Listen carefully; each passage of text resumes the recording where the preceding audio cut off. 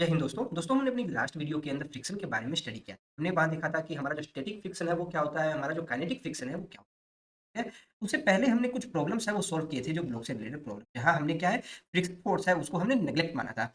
परंतु अब हम फ्रिक्शन फोर्स के बारे में स्टडी कर चुके हैं, तो हम इन सब के बारे में जो क्वेश्चन जो हमसे एग्जाम में पूछे जाते हैं वो हम स्टडी करते हैं। ठीक है, तो आज की वीडियो में लास्ट तक बने रहिएगा। आज की वीडियो में हमें काफ़ी कुछ नया सीखने को मिलने वाला है। तो सबसे पहले हम देखते हैं कि जब हमारे सिस्टम के अंदर एक से ज़्यादा ब्लॉक होते हैं, तो वहाँ पर हमारा जो लगने वाला फ़ोर्स है, फ़ोर्स की डायरेक्शन के अकॉर्डिंग हमारा जो फ्रिक्शन फ़ोर्स है, वो उसकी डायरेक्शन हम किस तरह से लेते हैं। तो सबसे पहले हम देखेंगे कि हमारा जो फ्रिक्शन फ़ोर्स है, उसकी डायरेक्शन निकालना। सेकंड हम देखेंगे कि हमारा जो स्टैटिक फ्रिक्शन फ़ोर्स है, उससे रिलेटेड जो प्रोग्राम्स है, वो किस तरह से आपसे एग्ज़ाम में पूछे जाते हैं, उनको हम देखेंगे। थर्ड हम ज देखेंगे हमारा जो काइनेटिक जो फ्रिक्शन है, उससे रिलेटेड प्रॉब्लम एग्ज़ाम में किस तरह से पूछी जाती है, उसके बारे में स्टडी करेंगे। फिर हम देखेंगे जो इंक्लाइन प्लेन के अंदर जो स्ट्रिंग वाली जो प्रॉब्लम होती है, उसके अंदर जो फ्रिक्शन फोर्स है, उससे रिलेटेड प्रॉब्लम है, उनको हम स्टडी करेंगे। ठीक है?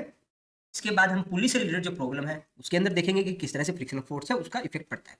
तो सबसे पहले हम देखते हैं कि किसी भी ऑब्जेक्ट के ऊपर अगर हम कोई भी एक एफ फोर्स है, वो अप्लाई करें, तो वहाँ पर जो फ्रिक्शन फोर्स है, उसकी डायरेक्शन है, वो किस तरह से हमें निकालनी है। दोस्तों सबसे पहले डायरेक्शन निकालना हम सीखते हैं। डायरेक्शन किस तरह से निकालेंगे? तो देखिए, डायरेक्शन निकालने के लिए सबसे पहले हमें क्या चाहिएगा कि हमें जो भी ऑब्जेक्ट है जिसकी डायरेक्शन हमें निकालनी है, तो हमें देखना है कि उसपे जो लगने वाला जो बल है वो किस डायरेक्शन में जा रहा है। अगर बल है वो मान लेते हैं इसमें पॉजिटिव एक्स डायरेक्शन में जा रहा है, तो हमें 2 पॉइंट मानने हैं। एक पॉइंट हमें कहाँ मानेंगे? जहाँ पर जो ऑब्जेक्ट है हमारी कॉन्टैक्ट है, कॉन्टैक्ट सरफेस पे 2 पॉइंट मानेंगे। अब इस एफ बल के कारण जो यहाँ पर कॉन्टैक्ट सरफेस है, उनके जो पार्टिकल्स है वो कौन-सी डायरेक्शन में मूव करेंगे? देखिए, कोई भी ऑब्जेक्ट है उस पर अगर एफ बल है वो इधर वाली साइड में लग रहा है, तो निश्चित तौर पर उस ऑब्जेक्ट में मौजूद सारे पार्टिकल है वो भी लगने वाले बल की दिशा में ही गति करेंगे। ठीक है ना? तो यहाँ पर इस एफ बल के कारण जो यहाँ पर ऑब्जेक्ट है उस पर जो पार्टिकल यहाँ पर मौजूद होगा वो किस डायरेक्शन में मोशन करेगा? इस डायरेक्शन में मोशन। तो जिस डायरेक्शन में आपका जो पार्टिकल है वो मोशन कर रहा है, हमेशा उसके विपरीत दिशा के अंदर फ्रिक्शन फोर्स है वो हमें लेना है। तो यहाँ पर अगर ऑब्जेक्ट के पार्टिकल है वो पॉजिटिव एक्स डायरेक्शन में जा रहे हैं, फ्रिक्शन फोर्स है वो कौन-सी डायरेक्शन में लगेगा? फ्रिक्शन फोर्स लगेगा इस डायरेक्शन में। स्टैटिक फ्रिक्शन इस डायरेक्शन में लगेगा। अब देखिए, अगर इस ये फ्रिक्शन फोर्स है अगर नेगेटिव एक्स डायरेक्शन में जा रहा है, तो हमेशा एक बल की विपरीत दिशा में एक प्रतिक्रिया होगी, क्योंकि ये फ्रिक्शन फोर्स अब कौन लगा रहा है? ये लगा रहा है आपका ग्राउंड, इस ब्लॉक पे लगा रहा है, तो निश्चित तौर पर इतना ही फ्रिक्शन फोर्स है इस ग्राउंड पे भी लग रहा होगा, और ग्राउंड पे कौन सी डायरेक्शन में लगेगा? ग्राउंड पे ये फ्रिक्शन फोर्स लगेगा इस डायरेक्शन में। ठीक है ना? यहाँ तक किसी को कोई डाउट नहीं होना चाहिए। अब ये सेकंड देखिए, सेकंड में क्या है कि हमारा जो ऑब्जेक्ट है, ऑब्जेक्ट के अंदर 2 पार्टिकल कौन-कौन से हैं? यहाँ पर कॉन्टैक्ट सरफेस पे ये 2 पार्टिकल हैं। ठीक है? अब क्या होगा? हमारा फ्रिक्शन फोर्स सॉरी, जो एप्लाइड फोर्स है वो कौन-सी डायरेक्शन में? ये है हमारा negative x direction. Negative x direction में हमने एप्लाइड फोर्स लगाया। तो इस ऑब्जेक्ट में मौजूद जितने भी पार्टिकल्स हैं, उस सभी पे क्या है? नेगेटिव एक्स डायरेक्शन में एक बल लगेगा। अगर नेगेटिव एक्स डायरेक्शन में इन सब पार्टिकल्स पे बल लगेगा, तो फ्रिक्शन फोर्स कौन-सी डायरेक्शन में लगेगा? जो पार्टिकल का जो मोशन है, उनकी विपरीत दिशा के अंदर लगेगा। यानी कि जो फ्रिक्शन फोर्स है, वो इस पे कहाँ लगेगा? इस डायरेक्शन में लगेगा। ठीक है? अब ये फ्रिक्शन फोर्स कौन लगा रहा है? ये लगा रहा है हमारा जो ये ग्राउंड है, ये ग्राउंड इस ब्लॉक पे लगा रहा है। तो निश्चित तौर पे ये ब्लॉक है, ये भी ग्राउंड पे कुछ ना कुछ फ्रिक्शन फोर्स लगाएगा। तो यहाँ पर ग्राउंड पे फ्रिक्शन फोर्स कौन-सी डायरेक्शन में लगेगा? डायरेक्शन। ठीक है? किसी को कोई डाउट हो तो बताइएगा। अब ये सेकंड जो एग्जांपल है इसमें देखते हैं। अब यहाँ पर जो एफ फोर्स लग रहा है, एफ फोर्स लग रहा है, तो यहाँ पर जो मौजूद जितने भी पार्टिकल्स हैं, यहाँ पर जितने भी पार्टिकल्स यहाँ मौजूद हैं, वो कौन-सी डायरेक्शन में मूव करेंगे? वो करेंगे इस डायरेक्शन में मूव करेंगे। करेंगे ना? तो यहाँ पर जो कॉन्टैक्ट सरफेस है, कॉन्टैक्ट सरफेस कौन-कौन सी है? एक तो आपकी ये ग्राउंड वाली सरफेस हो गई, ये ग्राउंड वाली सरफेस हो गई, और एक आपका स्मॉल एम द्रव्यमान वाली जो, और ये अपना जो कैपिटल एम द्रव्यमान वाली जो ये सरफेस होगी, ये वाली। 2 सरफेस अपना कॉन्टैक्ट सरफेस है। तो यहाँ पर 2 पार्टिकल्स अपने को मानने हैं, एक पार्टिकल्स तो मानना है ये वाला, जो कि ऊपर वाला स्मॉल एम द्रव्यमान के ब्लॉक का पार्टिकल है, और एक हम मानते हैं ग्राउंड वाला। ठीक है ना? अब देखिए, जो हमारा कैपिटल एम द्रव्यमान वाला जो ब्लॉक है, इसके अंदर सभी पार्टिकल जा रहे हैं पॉजिटिव एक्स डायरेक्शन के अंदर। तो यहाँ पर फ्रिक्शन फोर्स वो कौन-सी डायरेक्शन में लगेगा? फ्रिक्शन फोर्स लगेगा जो हमारा पार्टिकल जिस डायरेक्शन में मोशन कर रही है उसकी विपरीत दिशा में लगेगा। तो यहाँ पर मान लेते हैं फ्रिक्शन फोर्स है वो लग रहा है F+1। मैं 1 क्यों देता हूँ? 1 इसलिए दे रहा हूँ क्योंकि आपको क्वेश्चन में अलग-अलग दे रखा होगा। जैसे यहाँ पर इन दोनों के सरफेस के मध्य आपको फ्रिक्शन कोएफ़िशिएंट है वो कुछ और दे दिया जाएगा। यहाँ पर जो सरफेस है उसके मध्य फ्रिक्शन कोएफ़िशिएंट है वो अलग दे दिया जाएगा। तो मैं इसलिए जो फ्रिक्शन फोर्स है वो अलग-अलग ही मान के चले थे। तो यहाँ पर जितना फ्रिक्शन फोर्स है ग्राउंड इस कैपिटल एम द्रव्यमान के ब्लॉक पे लगाएगा, उतना ही फ्रिक्शन फोर्स लगेगा इसकी विपरीत दिशा में। तो दोस्तों सेम यहाँ कॉन्टैक्ट सरफेस किसके मध्य है? हमारा स्मॉल एम द्रव्यमान और कैपिटल एम द्रव्यमान के मध्य है। तो देखिए, अब जो हमारा कैपिटल एम द्रव्यमान है, ये कैपिटल एम द्रव्यमान है, उसके पार्टिकल कौन से डायरेक्शन में जा रहे हैं? ये जा रहे हैं हमारा पॉजिटिव एक्स डायरेक्शन। तो इस पे जो फ्रिक्शन फोर्स लगेगा वो कौन सी डायरेक्शन में लगेगा? अब इस पे जो फ्रिक्शन फोर्स लगेगा वो लगेगा इस डायरेक्शन में। इस डायरेक्शन में, ये कौन सा है, FS2 मान लेते हैं इसको, ठीक है। तो अब इस FS2 की विपरीत दिशा में विपरीत दिशा में लगेगा बल स्मॉल m द्रव्यमान डायरेक्शन में, ये F, ठीक है। तो मैं ये फ्री बॉडी डायग्राम भी आपको बना के बता देता हूँ। जैसे अपना स्मॉल m द्रव्यमान है, ये स्मॉल m द्रव्यमान है, इस पे एक ही बल लगेगा और वो कौन सा लगेगा, फ्रिक्शन फोर्स लगेगा, और वो कौन सा लगेगा डायरेक्शन में FS2। और जबकि अपना जो कैपिटल M द्रव्यमान है उसके ऊपर कौन कौन से बल लगेंगे, एक तो अपने जो अप्लाइड फोर्स है F वो लगेगा, इसके अलावा कौन सा लगेगा अपना फ्रिक्शन फोर्स जो FS2 लगेगा इस डायरेक्शन में, इसके अलावा FS1 है वो लगेगा इस डायरेक्शन में, इसके अलावा जो हमारा ये ग्राउंड है, ग्राउंड के ऊपर कौन सा बल लग रहा है, ये लग रहा है अपना FS1, ठीक है। यहाँ से एक चीज़ और आप देखिएगा, आपने कोई भी एक वस्तु है, कोई भी एक वस्तु है, उसके ऊपर दूसरी वस्तु रख दी और नीचे वाली वस्तु पर हम धक्का देते हैं, तो उसके ऊपर रखी हुई वस्तु है वो भी उसके साथ आगे की तरफ है वो जाती है, आगे की तरफ गति करती है। वो किसके कारण पॉसिबल हो रहा है, वो पॉसिबल हो रहा है इस FS2, यानी कि जो स्मॉल m और कैपिटल M की सरफेस के मध्य जो ये फ्रिक्शन फोर्स वर्क कर रहा है, उस फ्रिक्शन फोर्स के कारण ही जो स्मॉल m द्रव्यमान है वो कैपिटल M द्रव्यमान के साथ आगे की तरफ मूव करेगा, ठीक है ना। इसी प्रकार से सेकंड वाला देखते हैं। सेकंड वाला हमारे पास में क्या है, अगर हमारा जो लगने वाला बल है वो हम अब स्मॉल m द्रव्यमान पे लगा देते हैं। अगर स्मॉल m द्रव्यमान पे फोर्स लगाएं तो क्या होगा, अब देखिए यहाँ पर इस फोर्स के कारण स्मॉल m द्रव्यमान के जो पार्टिकल है वो किस डायरेक्शन में जाएंगे, इस डायरेक्शन में जाएंगे, है ना। अब कॉन्टेक्ट सरफेस के पार्टिकल कौन कौन से हैं, एक तो ये वाला पार्टिकल हो गया और एक हो गया ये वाला पार्टिकल। जो ऊपर वाला जो पार्टिकल मैंने माना है वो स्मॉल m द्रव्यमान का है और कैपिटल M द्रव्यमान का पार्टिकल वो नीचे वाला है। तो जो पार्टिकल है वो जा रहा है पॉजिटिव एक्स डायरेक्शन के अंदर, ठीक है। तो फ्रिक्शन फोर्स है वो कौन सी डायरेक्शन में लगेगा, जिस डायरेक्शन में आपका पार्टिकल जा रहा है उसके विपरीत दिशा के अंदर लगेगा, यानी कि इस डायरेक्शन में आपका फ्रिक्शन फोर्स लगेगा, इसको मैं FS1 से डिनोट करूंगा, ठीक है। अब कैपिटल एम वाले द्रव्यमान वाला जो ऑब्जेक्ट है उस पर फ्रिक्शन फोर्स कौन सी डायरेक्शन में लगेगा, उस पर फ्रिक्शन फोर्स लगेगा इस डायरेक्शन में, FS2, ठीक है ना। अब इस FS2 फ्रिक्शन फोर्स के कारण यहाँ कैपिटल एम द्रव्यमान के अंदर जितने भी पार्टिकल मौजूद है वो कौन सी डायरेक्शन में जाएंगे, वो भी जाना शुरू कर देंगे इस डायरेक्शन में, ठीक है।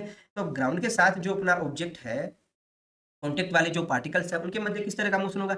अब देखिए ये पार्टिकल जा रहा है इस डायरेक्शन के अंदर, तो इस पे जो ग्राउंड है वो कौन से डायरेक्शन में फ्रिक्शन फोर्स लगाएगा, ग्राउंड लगाएगा जिस डायरेक्शन में हमारा जो पार्टिकल जा रहे हैं उसके विपरीत डायरेक्शन में। तो अपना सॉरी यहाँ FS2 नहीं FS1 आएगा, ठीक है, क्योंकि इक्वल लगेंगे ना फोर्स तो एंटी डायरेक्शन में। तो यहाँ पर जो ग्राउंड है, अगर पार्टिकल जा रही है इस डायरेक्शन में तो ग्राउंड कौन से डायरेक्शन में लगाएगा, ग्राउंड लगाएगा उसके विपरीत डायरेक्शन में, तो यानी कि ग्राउंड लगाएगा इस डायरेक्शन में, और ये किसके बराबर होगा, FS2। इतने ही मान है, इतने ही मान का जो फ्रिक्शन फोर्स है वो किस पे लगेगा, वो कैपिटल M द्रव्यमान के कारण ग्राउंड पे लगेगा और उसकी डायरेक्शन कौन सी होगी, FS2, ठीक है। अब इनके फ्री बॉडी डायग्राम बना के मैं अलग अलग और समझा देता हूँ आपको। सबसे पहले बात करते हैं अपने स्मॉल m द्रव्यमान के लिए। तो स्मॉल m द्रव्यमान के ऊपर कौन कौन से फोर्स लगेंगे, एक तो हमारा जो अप्लाइड फोर्स है जो हम एक्सटर्नल लगा रहे हैं वो लगेगा, इसके अलावा जो फ्रिक्शन फोर्स है वो कौन सा लगेगा, जिस डायरेक्शन में हमारा जो ऑब्जेक्ट मोशन कर रहा है उसके विपरीत दिशा में, यानी कि इस डायरेक्शन के अंदर। फिर बात करें हमारा कैपिटल M द्रव्यमान है, उसपे कौन-कौन से बल लगेंगे, कैपिटल M द्रव्यमान पर एक तो फ्रिक्शन फोर्स है FS1 लगेगा, वो कौन सी डायरेक्शन में लगेगा, FS1 लगेगा आपका इस डायरेक्शन में, आपका आ गया FS1। FS2 कौन सी डायरेक्शन में लगेगा, FS2 लगेगा आपका इस डायरेक्शन में, ठीक है। अब बात करें हमारा ग्राउंड है, ग्राउंड पे फोर्स कौन सी डायरेक्शन में लगेगा, ग्राउंड पे फोर्स लगेगा आपका ठीक है। कोई डाउट हो बताइएगा। इसके बाद में हमारा नेक्स्ट प्रॉब्लम देखते हैं। नेक्स्ट प्रॉब्लम में क्या है, फ्रिक्शन जो लगन अप्लाइड फोर्स है वो नेगेटिव एक्स डायरेक्शन में है। नेगेटिव एक्स डायरेक्शन का मतलब क्या है, इसके अंदर जो मौजूद है कैपिटल एम पे लग रहा है ना, तो कैपिटल एम के जितने भी पार्टिकल है वो कौन सी डायरेक्शन में मूव करेंगे, वो इस डायरेक्शन में, ठीक है, इस डायरेक्शन में मूव करेंगे। तो यहाँ पर कॉन्टेक्ट सरफेस के पार्टिकल कौन कौन से हो गए, कॉन्टेक्ट सरफेस के पार्टिकल एक तो ये वाला इसका हो गया और ये वाला इसका हो गया, ठीक है। अब कैपिटल एम द्रव्यमान के पार्टिकल कौन सी डायरेक्शन में मूव कर रहे हैं, नेगेटिव एक्स डायरेक्शन में। तो यहाँ पर ग्राउंड है वो कैपिटल एम द्रव्यमान पे कौन सी डायरेक्शन में फ्रिक्शन फोर्स लगाएगा, वो लगाएगा इस डायरेक्शन में फ्रिक्शन फोर्स लगाएगा। तो मान लेते हैं FS1 है, इस डायरेक्शन में लग रहा है। अब जितना वैल्यू के अंदर फ्रिक्शन फोर्स है वो पॉजिटिव एक्स डायरेक्शन में लग रहा है, उतना ही कैपिटल एम द्रव्यमान है वो ग्राउंड पे लगाएगा, और वो कौन सी डायरेक्शन में लगाएगा, वो लगाएगा इस डायरेक्शन में। तो ये आपका आ गया FS2, ठीक है। अब स्मॉल m और कैपिटल M द्रव्यमान की बात करें तो यहाँ कॉन्टेक्ट सरफेस का पार्टिकल है वो अगर नेगेटिव एक्स डायरेक्शन में जा रहा है तो स्मॉल m है वो कैपिटल M पे कौन सी डायरेक्शन में फ्रिक्शन फोर्स लगाएगा, वो लगाएगा जिस डायरेक्शन में ऑब्जेक्ट मूव कर रहा है उसके विपरीत डायरेक्शन में। तो यहाँ पे इस डायरेक्शन में फ्रिक्शन फोर्स लगेगा FS2, ठीक है। अब जितने वैल्यू का FS2 लग रहा है कैपिटल M पर स्मॉल m के द्वारा, उतना ही कैपिटल M द्रव्यमान है वो स्मॉल m पे लगाएगा और विपरीत दिशा में लगाएगा। तो इस पे स्मॉल m पर कौन सी डायरेक्शन में बल लगेगा, इस डायरेक्शन में बल लगेगा, और क्या वैल्यू रहेगी FS2। तो देखिए हम यहाँ पे न्यूटन का जो थर्ड लॉ है वो भी हमारा फॉलो कर रहा है, क्योंकि न्यूटन का थर्ड लॉ हमें क्या बताता है, F12 वेक्टर है वो किसके बराबर होगा, है ना। ठीक है ना? इसी प्रकार से इसको भी देख लेते हैं। यहाँ पर स्मॉल एम द्रव्यमान के ऊपर एफ फोर्स लग रहा है, तो यहाँ पर स्मॉल एम द्रव्यमान के जितने भी पार्टिकल है वो कौन सी डायरेक्शन में मोशन करेंगे, जिस डायरेक्शन में फोर्स लग रहा है उस डायरेक्शन में। तो कॉन्टेक्ट सरफेस कौन-कौन सी है, कॉन्टेक्ट सरफेस के एलिमेंट है आपका ये वाला और ये वाला। ऑब्जेक्ट कौन सी डायरेक्शन में मूव कर रहा है, ऑब्जेक्ट इस डायरेक्शन में मूव कर रहा है, तो फ्रिक्शन फोर्स कौन सी डायरेक्शन में लगेगा, फ्रिक्शन फोर्स लगेगा उसके विपरीत डायरेक्शन में। विपरीत डायरेक्शन में कौन सा फोर्स लगेगा, अपना F(S1) मान लेते हैं, ठीक है। अब इतने परिमाण का बल है, स्मॉल एम है वो कैपिटल एम पे लगाएगा, तो ये इस डायरेक्शन का F, ठीक है। अब इस F(S1) फ्रिक्शन फोर्स के कारण जो कैपिटल एम द्रव्यमान में मौजूद जितने भी पार्टिकल वो कौन सी डायरेक्शन में मूव करेंगे, वो करेंगे नेगेटिव एक्स डायरेक्शन। तो यहाँ पर अब ग्राउंड का और जो कैपिटल एम द्रव्यमान का जो सरफेस है, जो कॉन्टेक्ट के अंदर जो एलिमेंट है उनके बारे में स्टडी करें। तो यहाँ कैपिटल एम द्रव्यमान किस डायरेक्शन में जा रहा है, इस डायरेक्शन में जा रहा है, तो फ्रिक्शन फोर्स कौन सी डायरेक्शन में लगेगा, ग्राउंड है वो कैपिटल एम द्रव्यमान पे फ्रिक्शन फोर्स लगाएगा इस डायरेक्शन में F(2), ठीक है, जिस डायरेक्शन में एलिमेंट जा रहे हैं उसके विपरीत दिशा में। तो इतना ही परिमाण का जो बल है ये कैपिटल एम द्रव्यमान है ग्राउंड पे लगाएगा, तो ये इसकी डायरेक्शन कौन सी होगी, ये इधर वाली डायरेक्शन में लगेगा F, ठीक है ना। इनके फ्री बॉडी डायग्राम और बना लेते हैं। फ्री बॉडी डायग्राम क्या रहेंगे अपने, जैसे स्मॉल एम की बात करें, स्मॉल एम द्रव्यमान पे कौन कौन से बल लग रहे हैं, स्मॉल एम द्रव्यमान पे अप्लाइड जो एक्सटर्नल फोर्स है वो अपना लग रहा है इस डायरेक्शन के अंदर, जो अपना फ्रिक्शन फोर्स लग रहा है वो अपना लग रहा है इस, ठीक है। इसके बाद में कैपिटल एम द्रव्यमान की बात करें, कैपिटल एम द्रव्यमान के ऊपर कौन कौन सा है, जो हमारा फ्रिक्शन फोर्स है F(S1) है वो लग रहा है इस डायरेक्शन में, F(S2) लग रहा है वो इस, ठीक है। आपका ग्राउंड है, ग्राउंड पे कौन सी डायरेक्शन में लगेगा, ग्राउंड पे लगेगा F(S2) इस डायरेक्शन, ठीक है। कोई डाउट नहीं है आपको, वो तो कमेंट बॉक्स में बताइएगा। इसका और फ्री बॉडी डायग्राम बनाया नहीं, इसका और बना देते हैं। देखिए क्या होगा, स्मॉल एम द्रव्यमान है उस पर कौन सी डायरेक्शन में बल लग रहा है, उस पे लग रहा है इस डायरेक्शन में, क्या वैल्यू है F(S2). यहाँ पर कैपिटल एम द्रव्यमान पे कौन कौन सा बल लग रहा है, देखिए अप्लाइड फोर्स अपना एक्सटर्नल है वो इस डायरेक्शन में है। इसके बाद अपना F(S2) है वो इस डायरेक्शन में लग रहा है, अपना F(S1) कौन सी डायरेक्शन में लग रहा है, F(S1) लग रहा है इस डायरेक्शन में, ठीक है ना। तो यहाँ तक किसी को कोई डाउट हो तो बताइएगा। तो नेक्स्ट एग्जांपल है हमारे पास, जिसमें क्या है कि हमारे जो ब्लॉक एम और जो कैपिटल एम और स्मॉल एम है दोनों के ऊपर ही कोई एक फोर्स लग रहा है। मान लेते हैं जो स्मॉल एम है उसके ऊपर F1 फोर्स लग रहा है और कैपिटल एम है उस पर F2 फोर्स लगा है। तो इस कंडीशन के अंदर जो हमारा फ्रिक्शन फोर्स है उसकी डायरेक्शन है वो किस तरह से कैलकुलेट करेंगे, तो हमारे जो कैलकुलेट करने का तरीका वही सेम रहेगा, क्योंकि हमारा जो स्मॉल एम जो बॉक्स है, स्मॉल एम मास का जो बॉक्स है, इसके ऊपर जब हम F1 फोर्स लगाएंगे तो इसके पार्टिकल कौन सी डायरेक्शन में मूव करेंगे, इसके पार्टिकल मूव करेंगे इस डायरेक्शन में, करेंगे ना, ठीक है। अब क्या होगा, जो हमारा कैपिटल एम का जो ब्लॉक है इसके पार्टिकल कौन सी डायरेक्शन में मूव करेंगे, इसके पार्टिकल मूव करेंगे इस डायरेक्शन में, है ना। तो सबसे पहले देखते हैं कि जो हमारा कैपिटल एम ब्लॉक है उसके और ग्राउंड के रिस्पेक्ट, ग्राउंड के बीच में किस तरह से फ्रिक्शन फोर्स वर्क करेगा। तो ग्राउंड है, ग्राउंड की रिस्पेक्ट के अंदर जो पार्टिकल है वो कौन सी डायरेक्शन में मूव कर रहे हैं, वो कर रहे हैं पॉजिटिव एक्स डायरेक्शन में। तो पॉजिटिव एक्स डायरेक्शन में मूव कर रहा है तो कैपिटल एम जो ब्लॉक है उसके ऊपर कौन सी डायरेक्शन में फ्रिक्शन फोर्स होना चाहिए, फ्रिक्शन फोर्स इस पे लगेगा इस डायरेक्शन में। और ये कौन लगा रहा है, इसको मैं देखिए यहाँ पर F2 ले रहा हूँ ना, तो मैं इसलिए फ्रिक्शन फोर्स को भी कैपिटल F2 से दिखा देता हूँ, ठीक है। ये फोर्स कौन लगा रहा है, ये लगा रहा है ग्राउंड कैपिटल एम मास के ऊपर, ठीक है। तो इसी प्रकार से ग्राउंड के ऊपर कौन सी डायरेक्शन में फ्रिक्शन फोर्स लगेगा, ग्राउंड पे लगेगा फ्रिक्शन फोर्स इस डायरेक्शन में, उसकी वैल्यू कितनी होगी F2 के बराबर, ठीक है। यहाँ कंफ्यूज नहीं होना, यहाँ ये स्टैटिक फ्रिक्शन ही है, ठीक है। या फिर जब ये मोशन में आ जाएंगे तो काइनेटिक फ्रिक्शन की बात कर लेंगे, तो मैं इसको F1 और F2 से ही डिनोट करता हूँ, ठीक है। अब बात करते हैं स्मॉल एम और कैपिटल एम के बीच में फ्रिक्शन फोर्स है किस तरह से वर्क करेगा। तो यहाँ पर स्मॉल एम है, स्मॉल एम के पार्टिकल कौन सी डायरेक्शन में जा रहे हैं, स्मॉल एम के पार्टिकल जा रहे हैं नेगेटिव एक्स डायरेक्शन में, नेगेटिव एक्स डायरेक्शन में जा रहे हैं ना। तो इसमें स्मॉल एम पार्टिकल के पार्टिकल होंगे, उन पे फ्रिक्शन फोर्स कौन सी डायरेक्शन में लगेगा, इस पे फ्रिक्शन फोर्स लगेगा इस डायरेक्शन में, लगेगा ना। तो इसकी डायरेक्शन कौन सी, इस पे फ्रिक्शन फोर्स की वैल्यू कितनी है F1 है, वो डायरेक्शन कौन सी है पॉजिटिव एक्स डायरेक्शन में। इसी प्रकार से जो अपना कैपिटल एम है उसके ऊपर फ्रिक्शन फोर्स कौन सी डायरेक्शन में लगेगा, उसमें फ्रिक्शन फोर्स लगेगा इस डायरेक्शन में, ठीक है ना। तो इसमें किसी तरह की आपको कंफ्यूजन नहीं होनी चाहिए, मैं इसका फ्री बॉडी डायग्राम भी आपको बना देता हूँ। जैसे अपना स्मॉल एम मास है, इसके ऊपर अपना अप्लाइड जो फोर्स है वो कौन सी डायरेक्शन में, इस डायरेक्शन में है, और फ्रिक्शन फोर्स कौन सी डायरेक्शन में लग रहा है, फ्रिक्शन लग रहा है आपका इस डायरेक्शन में। इसी प्रकार से आपका जो कैपिटल एम मास है इसके ऊपर F2 लग रहा है वो इस डायरेक्शन में लग रहा है, ठीक है। इससे फ्रिक्शन फोर्स कौन सी डायरेक्शन में लग रहा है, F2 लगेगा इस डायरेक्शन में, F1 है वो कौन सी डायरेक्शन में लगेगा इस डायरेक्शन में, ठीक है। और ग्राउंड है, ग्राउंड के ऊपर कौन सी डायरेक्शन में लगेगा, ग्राउंड पे फ्रिक्शन का इस डायरेक्शन, ठीक है। अभी क्या होता कि दोनों जो ब्लॉक है, ब्लॉक पर जो अप्लाइड जो फोर्स कर रहे हैं वो अपना सेम डायरेक्शन में होता, ठीक है। ये देख लेते हैं। तो ये हमारा स्मॉल एम है, ये कैपिटल एम है और ये ग्राउंड के ऊपर रखा है, ठीक है। इस पर जो अप्लाइड फोर्स है वो कितना है, मान लेते हैं F1 है इस डायरेक्शन में, और इस पे जो अप्लाइड फोर्स है वो कौन सी है, F2 है, वो कौन सी डायरेक्शन में, इस साइड में, ठीक है।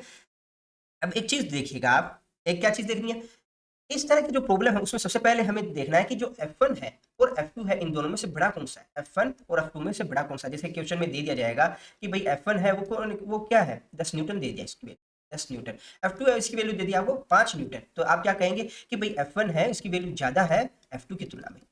ठीक है, तो उस कंडीशन में आप डायरेक्टली क्या कह सकते हो, आप कह सकते हो कि भाई यहाँ जो स्मॉल m के जो पार्टिकल हैं वो ज्यादा स्पीड से जाएंगे, किस डायरेक्शन में, पॉजिटिव x डायरेक्शन में, किसी कंपैरिजन में, कैपिटल M की तुलना के अंदर जाएंगे ना। तो आप क्या देखेंगे कि जो कैपिटल M है, कैपिटल M के जो स्मॉल m की तुलना में क्या रहेगा, जो कैपिटल M है, कैपिटल M पीछे की तरफ जाएगा, पीछे की तरफ जाएगा ना। आप खुद इसको एक एग्जांपल से देखने की कोशिश, कोई एक गाड़ी है वो जा रही है 10 मीटर पर सेकंड की रफ्तार से, ठीक है, और एक दूसरी गाड़ी है वो जा रही है 5 मीटर पर सेकंड की रफ्तार से, ठीक है। तो यहाँ पर जो 10 मीटर पर सेकंड वाली गाड़ी है उसमें बैठा व्यक्ति है, वो क्या देखेगा, वो देखेगा कि 5 मीटर पर सेकंड की रफ्तार वाला जो व्यक्ति है वो पीछे की तरफ जाता हुआ दिखाई देगा उसको, ठीक है। या फिर आप ग्राउंड पे खड़े हो, ग्राउंड पे खड़े दोनों को देख रहे हो, ग्राउंड पे खड़े हम दोनों को देखते हैं, तो हम क्या देखते हैं कि ये इसमें जो पार्टिकल है वो आगे की तरफ जा रहे हैं, इसमें भी आगे की तरफ जा रहे हैं, परंतु इस ए की तुलना में जो बी है, बी के पार्टिकल कम स्पीड से जा रहे हैं। तो ठीक है, ये मैं जो समझाना चाह रहा हूँ वो अभी भी किसी को समझ में नहीं आया तो आप कमेंट बॉक्स में जरूर बताइएगा। तो यहाँ पर एक जो स्मॉल m है, स्मॉल m के पार्टिकल कौन सी तरफ जाते हुए दिखाई देंगे, इस तरफ, ठीक है। और स्मॉल m की तुलना में जो कैपिटल m है, कैपिटल m के पार्टिकल कौन सी डायरेक्शन जाते हुए दिखाई देंगे, इस डायरेक्शन में, ठीक है। तो फ्रिक्शन फोर्स कौन सी डायरेक्शन में हम लेंगे, तो सबसे पहले हम क्या देखेंगे कि भाई जो स्मॉल m है, स्मॉल m पर फ्रिक्शन फोर्स कौन सी डायरेक्शन में लगेगा, डायरेक्शन में, क्यों, क्योंकि अप्लाइड फोर्स इसमें ज्यादा है, ठीक है। तो मैं इसको FS1 से डिनोट कर देता हूं। अब जो कैपिटल M है, कैपिटल M के पार्टिकल कौन सी डायरेक्शन में जा रहे हैं, कैपिटल M के पार्टिकल जा रहे हैं इस डायरेक्शन में, ठीक है ना। तो यहाँ पर कैपिटल M के पार्टिकल इस डायरेक्शन में जा रहे हैं, तो इस पे फ्रिक्शन फोर्स कौन सी डायरेक्शन में लगेगा, इस पे फ्रिक्शन फोर्स लगेगा इस डायरेक्शन में, इसी डायरेक्शन में लगेगा ना। क्यों, क्योंकि अगर अगर इस डायरेक्शन में नहीं लगेगा फ्रिक्शन फोर्स तो क्या होगा, ये जो अपना ब्लॉक है वो आगे की तरफ मूव ही नहीं करेगा, है ना, ऐसा ही होगा ना। जो कैपिटल M है, कैपिटल M के पार्टिकल कौन सी डायरेक्शन में जा रहे हैं, कैपिटल M के पार्टिकल जा रहे हैं हमारा नेगेटिव x डायरेक्शन, ठीक है ना, क्योंकि इस पे कम फोर्स लग रहा है, ठीक है। तो इस पे फ्रिक्शन फोर्स की डायरेक्शन कौन सी होगी, इस पे जो हमारा फ्रिक्शन फोर्स है वो लगेगा इस डायरेक्शन में, ठीक है, यानी कि FS2 है वो इस डायरेक्शन में आपको लगता हुआ दिखाई देगा। अभी क्या होता कि अपना जो 10 दोनों पर 10-10 न्यूटन का ही फोर्स लग रहा होता, दोनों पर 10-10 न्यूटन का ही फोर्स लग रहा होता, उस कंडीशन के अंदर क्या होता, यानी कि दोनों पर समान दिशाओं में बल लग रहा है, परंतु उस उनकी जो मैग्नीट्यूड है वो भी इक्वल है, उस कंडीशन में क्या होता। दोस्तों अगर अब 10 न्यूटन का इक्वल फोर्स दोनों पे लग रहा है, उस कंडीशन के अंदर आपसे जब पूछा जाएगा कि सिस्टम का क्या है अपना आइसोलेशन, तो किस तरह से कैलकुलेट करेंगे, तो उस कंडीशन में दोस्तों हम क्या मानेंगे कि इन दोनों ब्लॉक को हम मानकर एक निकाय मान लेंगे, तो एक सिस्टम मान लेंगे, एक सिस्टम मानकर हम उस पर क्या है कि फोर्स अप्लाई किया वो मान लेंगे। देखिए किस तरह से, यानी इक्वली तो फोर्स लग रहा है, तो हम मान लेंगे कि एक सिस्टम है जिस पर कितना है m+m इसका मास है, और इस पर क्या है कि x मान जो फोर्स है वो अप्लाई होता है, और कितना हो रहा है 10 न्यूटन, है टोटल 10 न्यूटन का ही तो फोर्स अप्लाई हो रहा है, ठीक है ना। तो उस कंडीशन के अंदर इसका जो एक्सीलरेशन है हम कैलकुलेट करेंगे, इसको मैं आपको एक एग्जांपल है न्यूमेरिकल फॉर्म के अंदर वो लेकर समझा दूंगा, ठीक है। तो वहां पर ये डाउट है आपके अच्छे से क्लियर हो जाएंगे, तो वीडियो को मैं लास्ट तक जरूर बनी रहिएगा, ठीक है ना। एक और जो आपको मैं बताना चाहूंगा कंडीशन क्या आपसे एग्जाम में पूछी जा सकती है, जैसे कि एक ब्लॉक है उसको आपने दीवार के सहारे है इस तरह से लगा रखा है, ये वाला एग्जांपल हम देख रहे हैं, इसमें क्या है कि किसी ब्लॉक को आपने दीवार के सहारे लगा रखा है और आपने अपने हाथ से उस पर एक एफ फोर्स है वो अप्लाई किया हुआ है, तो उस कंडीशन के अंदर इस पर नॉर्मल फोर्स है वो किस डायरेक्शन में रहेगा, इस पर जो हमारा फ्रिक्शन फोर्स है उसकी डायरेक्शन कौन सी होगी, इसके बारे में भी हम देख लेते हैं। तो देखिए जो ब्लॉक है, ब्लॉक पर ग्रेविटेशनल जो एक्सीलरेशन है उसकी वजह से जो ग्रेविटेशनल फोर्स लगेगा वो कौन सी डायरेक्शन में लगेगा, वो डाउनवर्ड डायरेक्शन में लगेगा, और उसकी वैल्यू कितनी होगी mg होगी, ठीक है। अब इसमें नॉर्मल फोर्स कौन सी डायरेक्शन में लगेगा, नॉर्मल फोर्स हमेशा लगता है कौन सी डायरेक्शन में, जो सरफेस होती है जिस सरफेस के आप टच कर रहे हो उसके साथ परपेंडिकुलर होती है, तो यानी कि नॉर्मल फोर्स जो लगेगा वो आपका इस डायरेक्शन में लगेगा, ठीक है। अब देखिए यहाँ पर ये सिस्टम क्या इक्विलिब्रियम की कंडीशन के अंदर है, इक्विलिब्रियम कंडीशन में है ना, तो निश्चित तौर पर यहाँ mg है, mg को काउंटर करने के लिए एक फोर्स जरूर लग रहा होगा, और वो फोर्स कौन सा होगा, यहाँ फ्रिक्शन फोर्स लगेगा, और फ्रिक्शन फोर्स की डायरेक्शन कौन सी होगी, जो अपना mg लग रहा है उसके अपोजिट डायरेक्शन में होगी, यानी कि जो फ्रिक्शन फोर्स है वो इस डायरेक्शन में आपका लगेगा, ठीक है। और फ्रिक्शन फोर्स की वैल्यू कितनी होगी, फ्रिक्शन फोर्स की वैल्यू होगी यहाँ पर अपना जो ब्लॉक m है और यहाँ पे जो दीवार है ये आपकी दीवार है, इन दोनों के मध्य जो फ्रिक्शन कोफिशिएंट है एग्जाम में यानी क्वेश्चन में आपको दे रखा होगा, मान लेते हैं वो न्यू एस है, ठीक है, उसके बराबर आपको दे रखा है, कोई भी वैल्यू हो सकती है इसकी 5 है 10 जो भी है, ठीक है। तो ये अपना जो फ्रिक्शन है इसकी वैल्यू कितनी आ जाएगी, यानी घर्षण बल है उसकी वैल्यू कितनी आ जाएगी, ये बराबर आ जाएगी अपना न्यू एस और नॉर्मल आपका।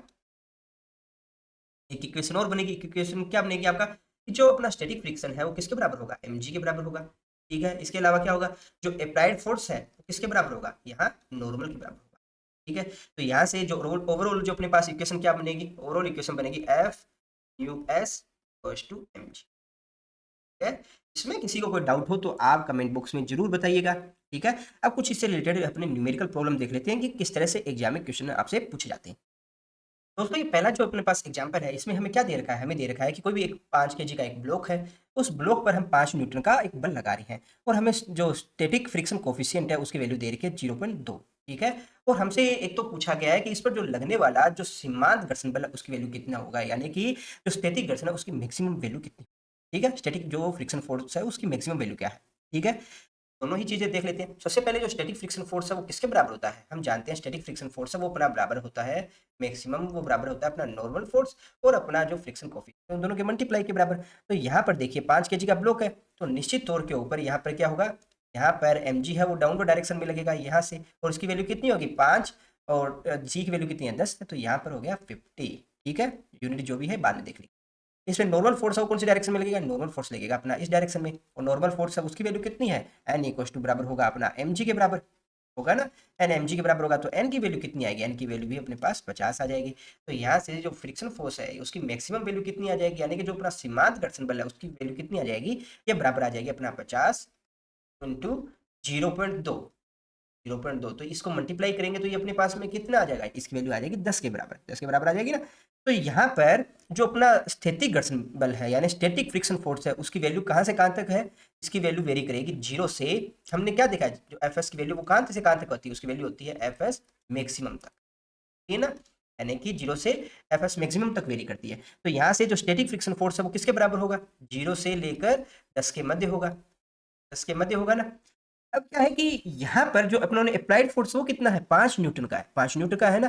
तो यहाँ पर अभी तक क्या है कि जो सीमांत तक हम गए नहीं है, यानी कि मैक्सिमम तक हमने अप्लाइड फोर्स लगाया नहीं है। तो उस कंडीशन के अंदर जो अपना स्थैतिक घर्षण बल, ठीक है, यानी स्टैटिक फ्रिक्शन फोर्स है उसकी वैल्यू किसके बराबर होगा? स्टैटिक फ्रिक्शन फोर्स की वैल्यू होगी जितना हम फोर्स अप्लाई कर रहे हैं उसके बराबर होगी, और अप्लाई कितना कर रहे हैं? 5 न्यूटन का कर रहे हैं। तो इस कंडीशन में जो अपना एफ एस है, एफ एस की वैल्यू किसके बराबर होगी? 5 न्यूटन बराबर ही आएगी, ठीक है ना। इसमें किसी को डाउट नहीं है? डाउट हो तो बताइएगा।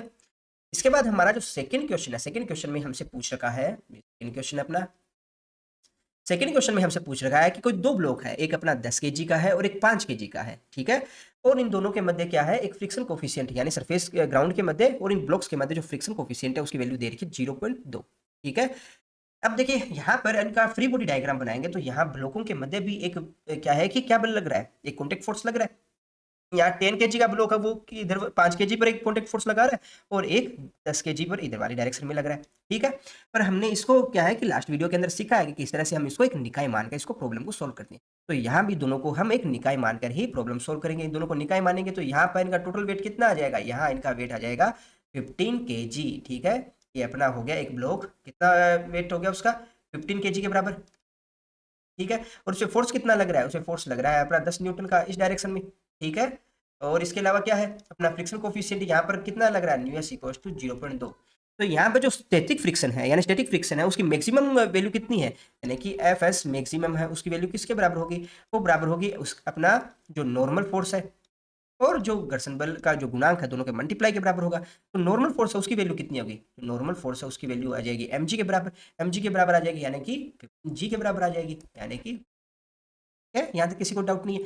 तो यहाँ पर एफ एस मैक्सिमम इसकी वैल्यू कितनी आ जाएगी? 150, और आगे फ्रिक्शन कोफिशिएंट कितना है? 0.2, तो 0.2 से मल्टीप्लाई करेंगे तो यहाँ से इसकी जो एफ एस मैक्सिमम है ये वैल्यू कितनी आ जाएगी? एफ एस मैक्सिमम अपना आ जाएगा 30 के बराबर, ठीक है। यहाँ तक किसी को डाउट नहीं है। यहाँ पर अपना अप्लाइड फोर्स कितना है? अप्लाइड फोर्स आप लगा रहे हो यहाँ पर 10 न्यूटन का, 10 न्यूटन का ही तो लगा रहे हो, ठीक है। तो यहाँ पर अपना स्थैतिक घर्षण बल है उसकी कहा किस रेंज में वर्क करेगा? ये 0 से वर्क करेगा एफ एस मैक्सिमम की रेंज के अंदर, एफ एस मैक्सिमम की रेंज में वर्क करेगा ना।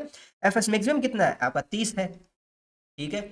और आपका तो अपना स्थैतिक घर्षण है उसकी वैल्यू कितनी होगी? उसकी वैल्यू होती है अपनी अप्लाइड फोर्स के बराबर, और अप्लाइड फोर्स कितना अपना 10 न्यूटन का बल है ना। तो यहाँ पर जो आपका आंसर आएगा कि यानी कि एक ब्लॉक है उसको आगे की तरफ खिसकाने के लिए हमें मैक्सिमम कितना फोर्स उस पर लगाना पड़ेगा? कम से कम उस पर 30 न्यूटन का अपने बल लगाएंगे तब वो ब्लॉक आगे की तरफ खिसक रहा है। अब ब्लॉक तो आगे की तरफ खिसक नहीं रहा है, तो अपना जो स्थैतिक घर्षण बल है उसकी वैल्यू कितनी होगी? अप्लाइड फोर्स के बराबर होगी, और अप्लाइड फोर्स कितना अपना 10 न्यूटन है, तो इसकी वैल्यू भी 10 न्यूटन आ जाएगी। ये अपना आंसर है, ठीक है ना। दोस्तों अब थोड़े से ट्रिकी क्वेश्चन है उनको हम देख लेते हैं, तो थोड़ा सा ध्यान देकर इनको समझने का प्रयास कीजिएगा। हमारा जो ब्लॉक 5 केजी और 10 केजी है, इनके बीच में फ्रिक्शन है वो काम कर रहा है, ठीक है। और हमसे पूछा गया है कि ब्लॉक ए और बी है, उनके हमें एसिलेशन कैलकुलेट करने हैं। यानी कि हमें जो फ्रिक्शन कोफिशिएंट दिए गए हैं यहाँ पर, ये काइनेटिक फ्रिक्शन कोफिशिएंट है, ठीक है, क्योंकि हमारा जो सिस्टम है वो अभी मोशन की कंडीशन में आ गया है। यहाँ पर हम जो 15 न्यूटन का एक फोर्स अप्लाई कर रहे हैं, कौन से पर, जो बी ब्लॉक है उसके ऊपर, ठीक है। तो इनको सोल्व करने के लिए हम क्या करेंगे, सबसे पहले हम बनाएंगे इनके फ्री बॉडी डायग्राम। क्या बनाते हैं, फ्री बॉडी डायग्राम। तो ये अपना सबसे पहले 5 केजी का ब्लॉक है, 5 केजी का ब्लॉक है, उसके ऊपर कितना फोर्स लग रहा है, इस पे लग रहा है हमारा 15 न्यूटन का बल। कौन सी डायरेक्शन में, अपना पॉजिटिव एक्स डायरेक्शन में। यहाँ पर अपना सेकंड है 10 न्यूटन, 10 केजी का ब्लॉक। 10 केजी के ब्लॉक में क्या कोई फोर्स लग रहा है, अभी तो नहीं लग रहा, ठीक है जी। अभी बात करते हैं फ्रिक्शन फोर्स है, उसकी डायरेक्शन कौन सी है। तो देखिए हमने देखा है कि जब भी कोई ऑब्जेक्ट है उस पर हम एक फोर्स अप्लाई करते हैं, तो उसके जो पार्टिकल है उसी डायरेक्शन में मूव करेंगे जिस डायरेक्शन में फोर्स लग रहा है। तो यहाँ पर 5 केजी का ब्लॉक है, उसके जो पार्टिकल कौन सी डायरेक्शन में मूव करेंगे, वो करेंगे अपना पॉजिटिव एक्स डायरेक्शन में मूव करेंगे। तो इस पर जो फ्रिक्शन फोर्स है वो कौन सी डायरेक्शन में लगेगा, फ्रिक्शन फोर्स लगेगा अपोजिट डायरेक्शन में, जिस डायरेक्शन में आपका जो फोर्स अप्लाई हो रहा है, ठीक है, उसी डायरेक्शन में होगा ना। तो यहाँ पर इस डायरेक्शन में इस पर फ्रिक्शन फोर्स लगेगा। तो इस पर जो 5 केजी का ब्लॉक है, इस पर फ्रिक्शन फोर्स लग रहा है इस डायरेक्शन में। इसको हम F1 से डिनोट कर देते हैं। और F1 की वैल्यू किसके बराबर होगी, तो हम जानते हैं कि कोई भी एक जो ब्लॉक है उसका अगर द्रव्यमान है 5 केजी है, तो इस पर वेट कितना हो जाएगा, इसका वेट हो जाएगा अपना 5g, mg के बराबर होता है ना, तो 5g यानी कि 50 के बराबर हो जाएगा। नॉर्मल फोर्स है वो अपवर्ड डायरेक्शन में होगा, ठीक है। इसकी वैल्यू किसके बराबर होगा, नॉर्मल फोर्स है वो अपना mg के बराबर होगा, तो ये किसके बराबर आ जाएगा, 50 के बराबर। तो अपने यहाँ से जो फ्रिक्शन फोर्स है उसकी वैल्यू कितनी आ जाएगी, फ्रिक्शन फोर्स की यहाँ से वैल्यू अपने पास में आ जाएगी जो न्यू एन के बराबर आ जाएगी। और न्यू की वैल्यू कितनी दे रखी है आपको, 0 दे रखी है, 0 दे रखी है ना। तो 0 और ये नॉर्मल फोर्स को इसको मल्टीप्लाई करेंगे तो फाइनल वैल्यू 0 आ जाएगी। तो यानी कि अपने क्या देख रहे हैं कि 5 केजी का जो ब्लॉक है और अपना जो 10 केजी का ब्लॉक है, इन दोनों के मध्य किसी भी तरह का कोई फ्रिक्शन है वो काम नहीं कर रहा है, इस पे कोई फ्रिक्शन काम नहीं कर रहा है। तो अपना जो 10 केजी का ब्लॉक है उस पे क्या ऊपर की तरफ कोई बल लगेगा, देखिए फ्रिक्शन फोर्स नहीं लग रहा है ना इस पे कोई, तो यहाँ पर फ्रिक्शन फोर्स है वो 0 लगेगा, ठीक है। तो यहाँ से क्या होगा, इसको समझने की कोशिश कीजिए कि 5 केजी और 10 केजी की सरफेस के मध्य किसी भी तरह का फ्रिक्शन का फोर्स नहीं लग रहा है। तो क्या होगा, जो फर्स्ट कंडीशन क्या होगी, हमारा जो ऑब्जेक्ट है 5 केजी का वो 10 केजी के ब्लॉक के ऊपर रखा है, ठीक है।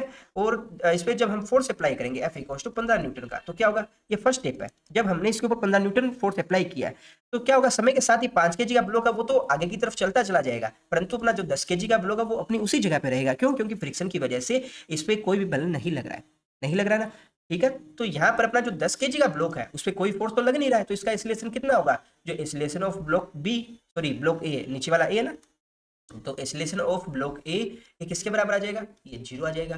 जो अपना ब्लॉक बी है, बी का एक्सीलरेशन क्या होगा, तो बी पर लगने वाले जो फोर्स है उसकी बात करें तो इस पर आगे की तरफ तो लग रहा है 15 न्यूटन का बल, ठीक है। ये जो F1 है ये कौन सी डायरेक्शन, नेगेटिव एक्स डायरेक्शन में लग रहा है, इसकी वैल्यू कितनी है, 0। ये किसके बराबर है, एम ए के बराबर ही है ना। इसका मास कितना है, मास है 5 और एक्सीलरेशन के बराबर।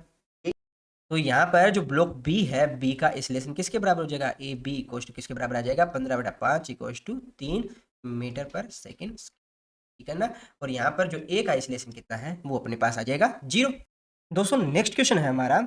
इस क्वेश्चन के अंदर हमारे पास में जो ब्लॉक अपने पास में है 5 केजी और 10 केजी के ब्लॉक, जिसके ऊपर हम 30 न्यूटन का बल लगाते हैं, किस डायरेक्शन में, पॉजिटिव एक्स डायरेक्शन में। हमारे जो फ्रिक्शन कोफिशिएंट है वो हमें दे रखे हैं 0.5 और 0.5। हमें कैलकुलेट करना है जो हमारे ब्लॉक ए और बी है इनका एक्सीलरेशन क्या होगा। तो दोस्तों इनको सोल्व करने के लिए हम इनके क्या बनाएंगे, सबसे पहले फ्री बॉडी डायग्राम बनाएंगे। तो अपना 5 केजी और 10 केजी के अलग अलग हम बनाते हैं फ्री बॉडी डायग्राम, है। ये आपका 5 केजी है और ये आपका 10 केजी है, ठीक है ना। 5 केजी का जो ब्लॉक है उस पर कौन सा फोर्स लग रहा है, इस पे लग रहा है इस डायरेक्शन के अंदर 30 न्यूटन का। इसके अलावा इसमें अपने क्वेश्चन में कुछ नहीं दे रखा, ठीक है। हम देखते हैं कि हमने क्या देखा है कि जब भी किसी ब्लॉक के ऊपर कोई भी एक फोर्स लगता है, फोर्स लगने की वजह से उसके पार्टिकल कौन सी डायरेक्शन में मूव करते हैं, उसके पार्टिकल उसी डायरेक्शन में मूव करेंगे जिस डायरेक्शन में हमारा जो ऑब्जेक्ट है वो मूव करता है। तो पार्टिकल फोर्स इस डायरेक्शन में लग रहा है तो इसी डायरेक्शन में मूव करेंगे। तो यानी कि फ्रिक्शन फोर्स है वो किस डायरेक्शन में लगेगा, हम देखेंगे 5 केजी के ब्लॉक है उस पर फ्रिक्शन फोर्स है वो इस डायरेक्शन में लगेगा, ठीक है, इस डायरेक्शन में लगेगा ना। तो जो Fs1 है वो किसके कौन सी डायरेक्शन में लग रहा है, नेगेटिव एक्स डायरेक्शन में लग रहा है। तो अपना 5 केजी का ब्लॉक है उस पर फ्रिक्शन फोर्स लगेगा इस डायरेक्शन में, ठीक है। यहाँ तक किसी को कोई डाउट नहीं होना चाहिए। तो Fs1 की वैल्यू कैलकुलेट करते हैं कितनी आ जाएगी। तो हम जानते हैं कि कोई भी ब्लॉक है अगर उसका 5 केजी वेट है तो उस पर डाउनवर्ड डायरेक्शन के अंदर फोर्स लगेगा mg के बराबर, और mg के बराबर लगेगा तो कितनी वैल्यू आ जाएगी इसकी, 50। नॉर्मल फोर्स है वो कौन सी डायरेक्शन में लगेगा, नॉर्मल फोर्स लगेगा अपवर्ड डायरेक्शन के अंदर अपना, ठीक है। और नॉर्मल फोर्स ऑफ किसके बराबर होगा, अपना mg के बराबर होगा, तो इसकी वैल्यू कितनी आ जाएगी, 50 आ जाएगी। तो Fs1 है इसकी वैल्यू किसके बराबर हो जाएगी, इसकी वैल्यू आ जाएगी अपना न्यू n के बराबर, इसको n1 से डिनोट कर देते हैं, कोई दिक्कत नहीं है, ठीक है। तो न्यू n1 के बराबर आ जाएगी। न्यू की वैल्यू कितनी है, हमें दे रखी है 0.5, तो 0.5 इंटू n1 करेंगे तो अपने पास में क्या आ जाएगा, 0.5 इंटू n1 कीजिएगा तो अपने पास फाइनली कितनी वैल्यू आ जाएगी, ये आ जाएगी अपना 25 न्यूटन, ठीक है। तो यहाँ पर एक चीज है, आप समझने की कोशिश कीजिएगा। क्या समझना है हमें, कि हमारा जो ब्लॉक है, ब्लॉक पर फ्रिक्शन फोर्स कितना लग रहा है, 25 न्यूटन का लग रहा है, और अप्लाई फोर्स कितना है, 30 न्यूटन का है। यानी कि जो अपना फ्रिक्शन फोर्स है उससे ज्यादा फोर्स हम अप्लाई कर रहे हैं बाहर से। तो बाहर से फोर्स हम जो अप्लाई कर रहे हैं वो ज्यादा है फ्रिक्शन फोर्स से, तभी तो अपना जो ऑब्जेक्ट है वो मोशन के अंदर आ पाएगा, ठीक है। तो अब अगर मोशन में आ रहा है हमारा ऑब्जेक्ट, तो हम इसका एक्सीलरेशन है वो कैलकुलेट कर सकते हैं। तो अब हम जो हमारा सिस्टम है उसके अंदर एक्सीलरेशन के लिए क्या करेंगे, तो पॉजिटिव एक्स डायरेक्शन में कितना फोर्स लग रहा है, 30 न्यूटन का, ठीक है। और नेगेटिव एक्स डायरेक्शन में कितना लग रहा है, 25 न्यूटन का। तो मैं इसको माइनस चिन्ह के साथ लगा के लिखूंगा, माइनस ऑफ 25। ये किसके बराबर होगा, हमारा ऑब्जेक्ट है, ऑब्जेक्ट का मास कितना है, मास है इसका 5, और एक्सीलरेशन कितना है, एक्सीलरेशन इसका ए मान लेते हैं। तो ऊपर वाला ब्लॉक अपना ए है, तो मैं ए लिख देता हूँ इसको। तो यहाँ पर एक्सीलरेशन है वो किसके बराबर आ जाएगा, यहाँ पर 30 माइनस 25 करेंगे तो 5 आएगा, और ये 5 है बटे में जाएगा तो 5/5 आ जाएगा, तो 1 मीटर पर सेकेंड स्क्वायर आ गया। यानी कि अपना जो 5 kg का ब्लॉक है इसका एक्सीलरेशन अपने पास में आ गया 1 मीटर पर सेकेंड, ठीक है। अब बात करते हैं 10 kg के ब्लॉक की। तो सबसे पहले बात करते हैं 10 kg का ब्लॉक है, उस पर जो ए ब्लॉक है उसकी वजह से कौन सी डायरेक्शन में फोर्स लग रहा है, उसकी वजह से फोर्स लग रहा है, देखिए फ्रिक्शन फोर्स कौन सी डायरेक्शन में लग रहा है, नेगेटिव एक्स डायरेक्शन में। तो बी पर जो फ्रिक्शन फोर्स लगेगा वो कौन सी डायरेक्शन में लगेगा, बी पर फ्रिक्शन फोर्स लगेगा इस डायरेक्शन में, इस डायरेक्शन में लगेगा ना।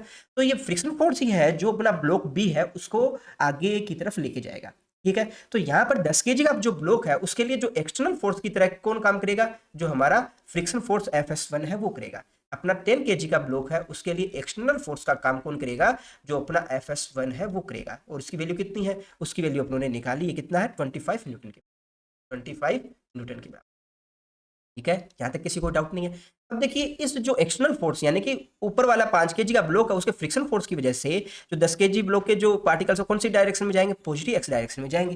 तो 5 kg का जो ब्लॉक है उस पर कौन सी डायरेक्शन में लगेगा फ्रिक्शन फोर्स, उस पर लगेगा, इस डायरेक्शन में फ्रिक्शन फोर्स लगेगा, लगेगा ना। तो Fs2 है वो इस डायरेक्शन में लगेगा, Fs2 अपना लगेगा इस डायरेक्शन में, ठीक है। अब Fs2 है इस डायरेक्शन में लग रहा है, Fs2 की वैल्यू किसके बराबर होगी, वही अपना न्यू और n के मल्टीप्लाई के बराबर होगा। n की वैल्यू कैलकुलेट करते हैं। तो अपना 10 kg के ब्लॉक है उस पर कौन कौन सा फोर्स लग रहा है, एक तो देखिए इस पर जो अपना 50 अपना वेट है, जो अपना 5 kg का वेट है उसकी वजह से एक बल लगेगा mg इस वाली साइड लगेगा ना, और इसकी वैल्यू कितनी थी 50।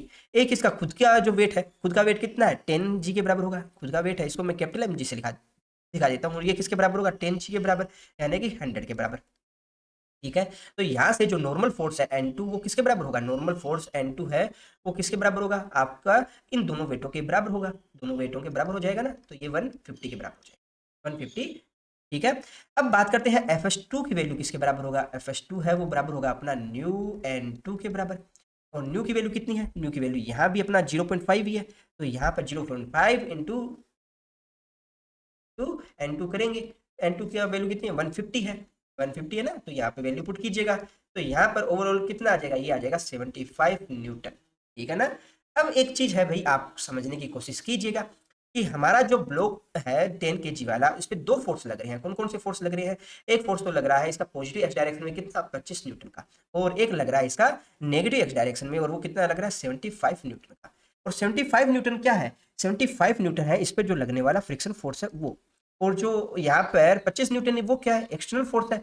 यानी कि समझने की कोशिश कीजिएगा कि कोई एक ब्लॉक है जिस पर हम 25 न्यूटन का बल लगा रहे हैं उसको आगे की तरफ खिसकाने के लिए, परंतु उस ब्लॉक के ऊपर 75 न्यूटन का एक फ्रिक्शन फोर्स लग रहा है। देखिए आप मैं फिर से समझाता हूँ कि एक ब्लॉक है जिसमें फ्रिक्शन फोर्स है वो लग रहा है 75 न्यूटन का। अब इस ब्लॉक को आप आगे की तरफ खिसकाने की कोशिश कर रहे हो, तो आप आगे आगे की तरफ खिसका रहे हो, तो कम से कम इसके ऊपर जो अप्लाई फोर्स अपने लगा रहे हैं वो 75 न्यूटन से तो ज्यादा होना चाहिए, तभी वो स्टैटिक फ्रिक्शन से काइनेटिक के अंदर आएगा, होगा ना। परंतु यहाँ पर उन्होंने अप्लाई फोर्स कितना किया, अप्लाई फोर्स अपनों ने किया 25 न्यूटन का। तो क्या अपना 10 kg का ब्लॉक है वो आगे की तरफ जाएगा, नहीं जाएगा। इसको आगे की तरफ लेके जाने के लिए कम से कम अपने को 75 न्यूटन का बल लगाना पड़ेगा। तो इस कंडीशन के अंदर जो अपना ब्लॉक जो बी है इसका एक्सीलरेशन कितना होगा, एक्सीलरेशन ऑफ ब्लॉक बी है ये अपना आ जाएगा 0, ठीक है ना। इसको कुछ और एग्जांपल करेंगे तो डाउट आपके क्लियर तभी हो पाएंगे। दोस्तों ये हमारे पास थर्ड क्वेश्चन है। थर्ड क्वेश्चन में हमें क्या दे रखा है, हमारे दे रखा है कि जो ब्लॉक ए और बी है हमारे पास, जिसपे जो बी ब्लॉक है उस पर हम 200 न्यूटन का एक फोर्स अप्लाई करते हैं और हमें एक्सीलरेशन कैलकुलेट करना है हमारा जो ब्लॉक ए और बी है। तो किस तरह से इसे कैलकुलेट करेंगे, वही सेम हमारा प्रोसेस रहेगा। हम ए और बी के पहले फ्री बॉडी डायग्राम बनाते हैं। तो हमारा जो ए और बी है इसके फ्री बॉडी डायग्राम बना लेते हैं। ये आपका ए हो गया और ये आपका बी हो गया। ये 5 kg का ब्लॉक है और ये अपना 10 kg का ब्लॉक है। स्टार्टिंग में क्या फोर्स लग रहा है, स्टार्टिंग में सिर्फ 200 न्यूटन का फोर्स, ठीक है ना। अब बात करते हैं सबसे पहले अपना जो ब्लॉक बी के लिए। ब्लॉक बी का ग्राउंड के रिस्पेक्ट में हम सबसे पहले देखते हैं, ये आपका ग्राउंड हो गया, ठीक है। तो ग्राउंड के रिस्पेक्ट में देखते हैं तो 2 पॉइंट हमें मानने हैं। एक पॉइंट अपने पास ये हो गया और एक पॉइंट ये हो गया। 200 न्यूटन का फोर्स जब अप्लाई करेंगे तो अपना जो बी ब्लॉक है उसके पार्टिकल कौन सी डायरेक्शन में जाएंगे, उसके पार्टिकल जाएंगे इस डायरेक्शन में, ठीक है। तो जो ब्लॉक बी है उसे फ्रिक्शन फोर्स कौन सी डायरेक्शन में लगेगा, उस पर फ्रिक्शन फोर्स लगेगा अपना इस डायरेक्शन में लगेगा ना। और ग्राउंड पे फ्रिक्शन फोर्स कौन सी डायरेक्शन में लगेगा, इस डायरेक्शन में। तो अपना जो इसको मैं F2 से ही डिनोट करता हूँ, कोई दिक्कत नहीं है, ऊपर वाले को हमेशा F1 से ही डिनोट कर ले, याद रखने के लिए। तो यहाँ पर जो फ्रिक्शन फोर्स F2 है वो इस डायरेक्शन में लगेगा, ठीक है। क्या इसको में किसी को डाउट है, ठीक है। अब बात करते हैं इस पर क्या कोई और फ्रिक्शन फोर्स लगेगा, बिल्कुल लगेगा। कौन सा लगेगा, यहाँ पर अपना जो ब्लॉक ए है और बी के मध्य भी एक सरफेस है, उनके मध्य भी एक फ्रिक्शन फोर्स वर्क करेगा। अब देखिए जो पार्टिकल है अपने कौन सी डायरेक्शन में मूव कर रहे हैं, इस डायरेक्शन में। तो यहाँ पर ए और बी के मध्य जो सरफेस है उस पर फ्रिक्शन फोर्स कौन सी डायरेक्शन में लगेगा, उस पर भी फ्रिक्शन फोर्स है वो इसी डायरेक्शन में लगेगा, लगेगा ना। और ए पर कौन सी डायरेक्शन में लगेगा, ए पर लगेगा इस डायरेक्शन में, लगेगा ना, ठीक है। तो यहाँ पर आप देखिए कि अपना जो FS1 है वो कौन सी डायरेक्शन में, इस डायरेक्शन में, और FS1 है वो इस डायरेक्शन में, ठीक है। यहाँ तक किसी को डायरेक्ट कोई डाउट है, ये F1 से मैं इसको डिनोट कर देता हूँ। और अपना 5 kg का ब्लॉक है उस पर कौन सी डायरेक्शन में लगेगा, ये इस डायरेक्शन में लगेगा। अब कैलकुलेट करते हैं F1 और F2 की वैल्यू। आपको जो अपना फ्रिक्शन कोफिशिएंट है उनकी वैल्यू कितनी दे रखी है, 0.5 दे रखी है, ठीक है। तो 0.5 दे रखी है तो सबसे पहले देखिए mg कौन सी डायरेक्शन में लगेगा, mg लगेगा इस डायरेक्शन में। तो अपना नॉर्मल फोर्स अब कौन सी डायरेक्शन में लगेगा, ये अपवर्ड डायरेक्शन में लगेगा। नॉर्मल फोर्स की वैल्यू कितनी आ जाएगी, ये बराबर mg के लगेगा, ये इसके 50 के बराबर हो जाएगा। तो F1 की वैल्यू कितनी आ जाएगी, F1 की वैल्यू आ जाएगी अपने पास 50 और न्यू की वैल्यू, न्यू की कितनी वैल्यू है 0.5, तो ये अपना आ जाएगा 25 न्यूटन, ठीक है। अब बात करते हैं अपना F2 के लिए। F2 के लिए कैसे कैलकुलेट करोगे, तो F2 के लिए देखिए यहाँ पर नॉर्मल फोर्स कौन सा लग रहा है, एक तो ये अपना लग रहा है mg की वजह से, कितना लग रहा है mg की वजह से 50 न्यूटन लग रहा है ना इधर वाले, ठीक है। एक इसका खुद की वेट की वजह से कितना लग रहा है, ये 10 है तो 10g लगेगा ना डाउनवर्ड डायरेक्शन में, तो ये अपना 100 हो गया। और यहाँ पर नॉर्मल फोर्स अब कौन सी डायरेक्शन में लगेगा, नॉर्मल फोर्स लगेगा अपवर्ड डायरेक्शन में, ठीक है ना। तो यहाँ पर नॉर्मल फोर्स को N2 से डिनोट कर देते हैं। तो यहाँ पर F2 की वैल्यू कितनी आ जाएगी, F2 की वैल्यू आपकी आ जाएगी ये 50 और 100 कितना आ जाएगा, ये 150 हो जाएगा ना। N2 की वैल्यू तो 150 है और न्यू की वैल्यू कितनी है 0.5 है, अभी भी 0.5 आपको क्वेश्चन में दे रखी है। तो यहाँ से ये कितना आ जाएगा 75 न्यूटन। तो आप क्या देख रहे हो, हम देख रहे हैं कि जो आपका ब्लॉक 5 kg है, 5 kg के ब्लॉक पे कितना फोर्स लग रहा है 25 न्यूटन का लग रहा है, कौन सी डायरेक्शन में, पॉजिटिव एक्स डायरेक्शन में। और हमारा जो ब्लॉक 10 kg है, 10 kg पे दो फ्रिक्शन फोर्स लग रहे हैं, कौन कौन से, एक तो 25 न्यूटन का लग रहा है जो नेगेटिव एक्स डायरेक्शन में है, एक अपना लग रहा है 75 न्यूटन का लग रहा है नेगेटिव एक्स डायरेक्शन में। तो सबसे पहले आप ब्लॉक बी के लिए देखो, ये अपना जो ब्लॉक बी है, बी के लिए देखिए इस पे क्या लग रहा है, इस पे लग रहा है 200 न्यूटन का बल तो लग रहा है पॉजिटिव एक्स डायरेक्शन में, और इस पर नेगेटिव एक्स डायरेक्शन में कितना लग रहा है 100 न्यूटन का बल। यानी कि जो फ्रिक्शन फोर्स है, फ्रिक्शन फोर्स से ज्यादा अपने फोर्स अप्लाई उस पर कर रहे हैं। तो यानी कि अपना जो ब्लॉक बी है वो मोशन की कंडीशन में होगा, मोशन की कंडीशन में होगा तो इसका एक्सीलरेशन कितना आ जाएगा, इसका एक्सीलरेशन आ जाएगा देखिए 200 न्यूटन पॉजिटिव एक्स डायरेक्शन में, इसमें पॉजिटिव लगाऊंगा माइनस 100 न्यूटन, ये बराबर किसके होगा, मास इंटू एक्सीलरेशन के। मास कितना है 10 है, एक्सीलरेशन कितना है, मैं इसको ए बी से डिनोट करता हूँ। तो ए बी की वैल्यू कितनी आ जाएगी यहाँ से 100/10 यानी कि 10 मीटर पर सेकेंड। इसमें किसी को डाउट नहीं होना चाहिए। अब बात करते हैं 5 kg का ब्लॉक है। 5 kg के ब्लॉक के लिए देखा जाए तो यहाँ पर क्या होगा, इसका अप्लाइड फोर्स कितना है, ये यहाँ पर ये देखिए एक्सटर्नल फोर्स, ये तो है ये 25 के जो न्यूटन है, ये अपना 5 kg ब्लॉक के लिए एक तरह से एक्सटर्नल फोर्स की तरह ही काम करेगा। तो ये 25 न्यूटन ये आ जाएगा कौन सी डायरेक्शन, पॉजिटिव एक्स डायरेक्शन। तो इसमें पॉजिटिव साइन के साथ लगाएंगे। ये किसके बराबर है, एम ए के बराबर। तो एम कितना है, मास है इसका 5 और ए कितना है वो कैलकुलेट करना है। तो ए कितना आ जाएगा अपना 5 मीटर पर सेकेंड। तो यहाँ से आप क्या देखेंगे कि जो ब्लॉक ए और बी है अपने एक दूसरे के ऊपर इस तरह से रखा है, नीचे वाले पर जब आप 200 न्यूटन का बल लगा रहे हो तो ऊपर वाला ब्लॉक है वो तो 5 मीटर पर सेकंड की रफ्तार से जा रहा है, किस डायरेक्शन में, पॉजिटिव एक्स डायरेक्शन में। और आपका जो ब्लॉक बी है वो 10 मीटर पर सेकंड की रफ्तार से जा रहा है, किस डायरेक्शन में, आपका पॉजिटिव एक्स डायरेक्शन। ठीक है, एक क्वेश्चन और करते हैं दोस्तों। इसी क्वेश्चन को अगर इंटरेस्टिंग बनाने के लिए एग्जामिनर आपको बोल देता है कि भाई यहाँ अगर 200 न्यूटन की जगह अगर उन्होंने 50 न्यूटन का फोर्स अप्लाई किया होता तो क्या होता है, अगर 50 न्यूटन का फोर्स अप्लाई करते तो क्या होता है। ये बड़ा ही मज़ेदार कंडीशन बन जाएगी यहाँ पर 50 न्यूटन लगा देते हैं।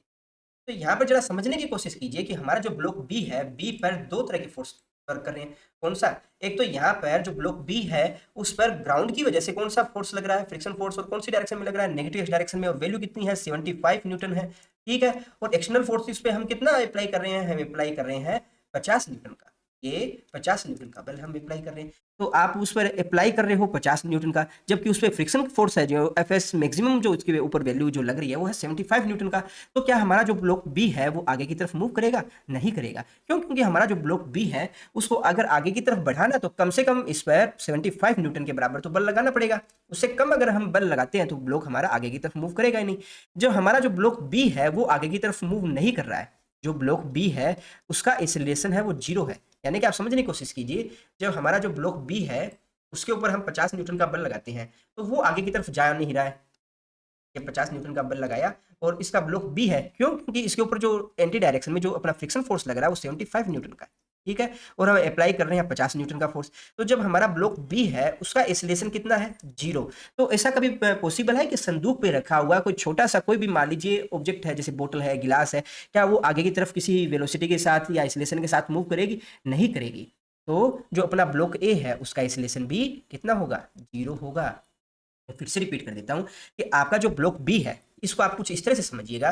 ये आपकी एक संदूक है, ठीक है? ये घर पे रखी हुई एक संदूक है, ठीक है? जिसको मैं बी से डिनोट करता हूँ। और ये एक संदूक पे रखी हुई कोई भी आपकी बुक है, गिलास है, कुछ भी है, ये बोतल, ठीक है? जिसको मैं ए से डिनोट करता हूँ। इस संदूक को अगर आगे की तरफ खिसकाना है तो कम से कम इस पे 75 न्यूटन का बल लगाना पड़ेगा। क्यों? क्योंकि संदूक और हमारा जो फर्श है, यानी कि जो सरफेस है, उसके मध्य जो फ्रिक्शन फोर्स लग रहा है वो कितना है? 75 न्यूटन का है। और 75 न्यूटन कौन सी डायरेक्शन में लगेगा? जिस डायरेक्शन में हम फोर्स अप्लाई करें उसके अपोजिट डायरेक्शन में। हमने अप्लाई फोर्स कितना किया? हमने किया है 15 न्यूटन का। 15 न्यूटन का फोर्स अप्लाई किया। तो क्या हमारी संदूक है वो आगे की तरफ मोशन करेगी? हमारी संदूक है वो आगे की तरफ मोशन नहीं करेगी, क्योंकि जो अप्लाइड फ्रिक्शन फोर्स है उससे इसकी वैल्यू कम है, ठीक है? तो हमारा जो जो संदूक है उसका एक्सीलरेशन कितना आएगा? वो 0 आएगा। तो क्या ऐसा पॉसिबल है कि संदूक है वो तो आगे की तरफ मोशन करे ही नहीं, पर संदूक पे रखा हुआ गिलास है वो आगे की तरफ मोशन करे? तो वो भी पॉसिबल नहीं है। तो इसी वजह से जो संदूक के ऊपर जो रखा हुआ जो गिलास है या बोतल है उसका एक्सीलरेशन भी 0 ही आएगा, ठीक है? क्लियर आप? अभी कुछ और इंटरेस्टिंग बनाने के लिए इसमें आपको एक कंडीशन और दी जा सकती है। क्या दे सकता है? इसी क्वेश्चन के अंदर अगर आपने जो अप्लाई किया हुआ फोर्स है वो 50 न्यूटन की जगह हमने यहाँ लगा दिया 90 न्यूटन। अब क्या होगा? देखो, जैसे यहाँ पर 50 की जगह 90 न्यूटन कर देते हैं। अब देखिए कंडीशन थोड़ी सी और कॉम्प्लेक्स हो गई, ध्यान दीजिएगा थोड़ा सा।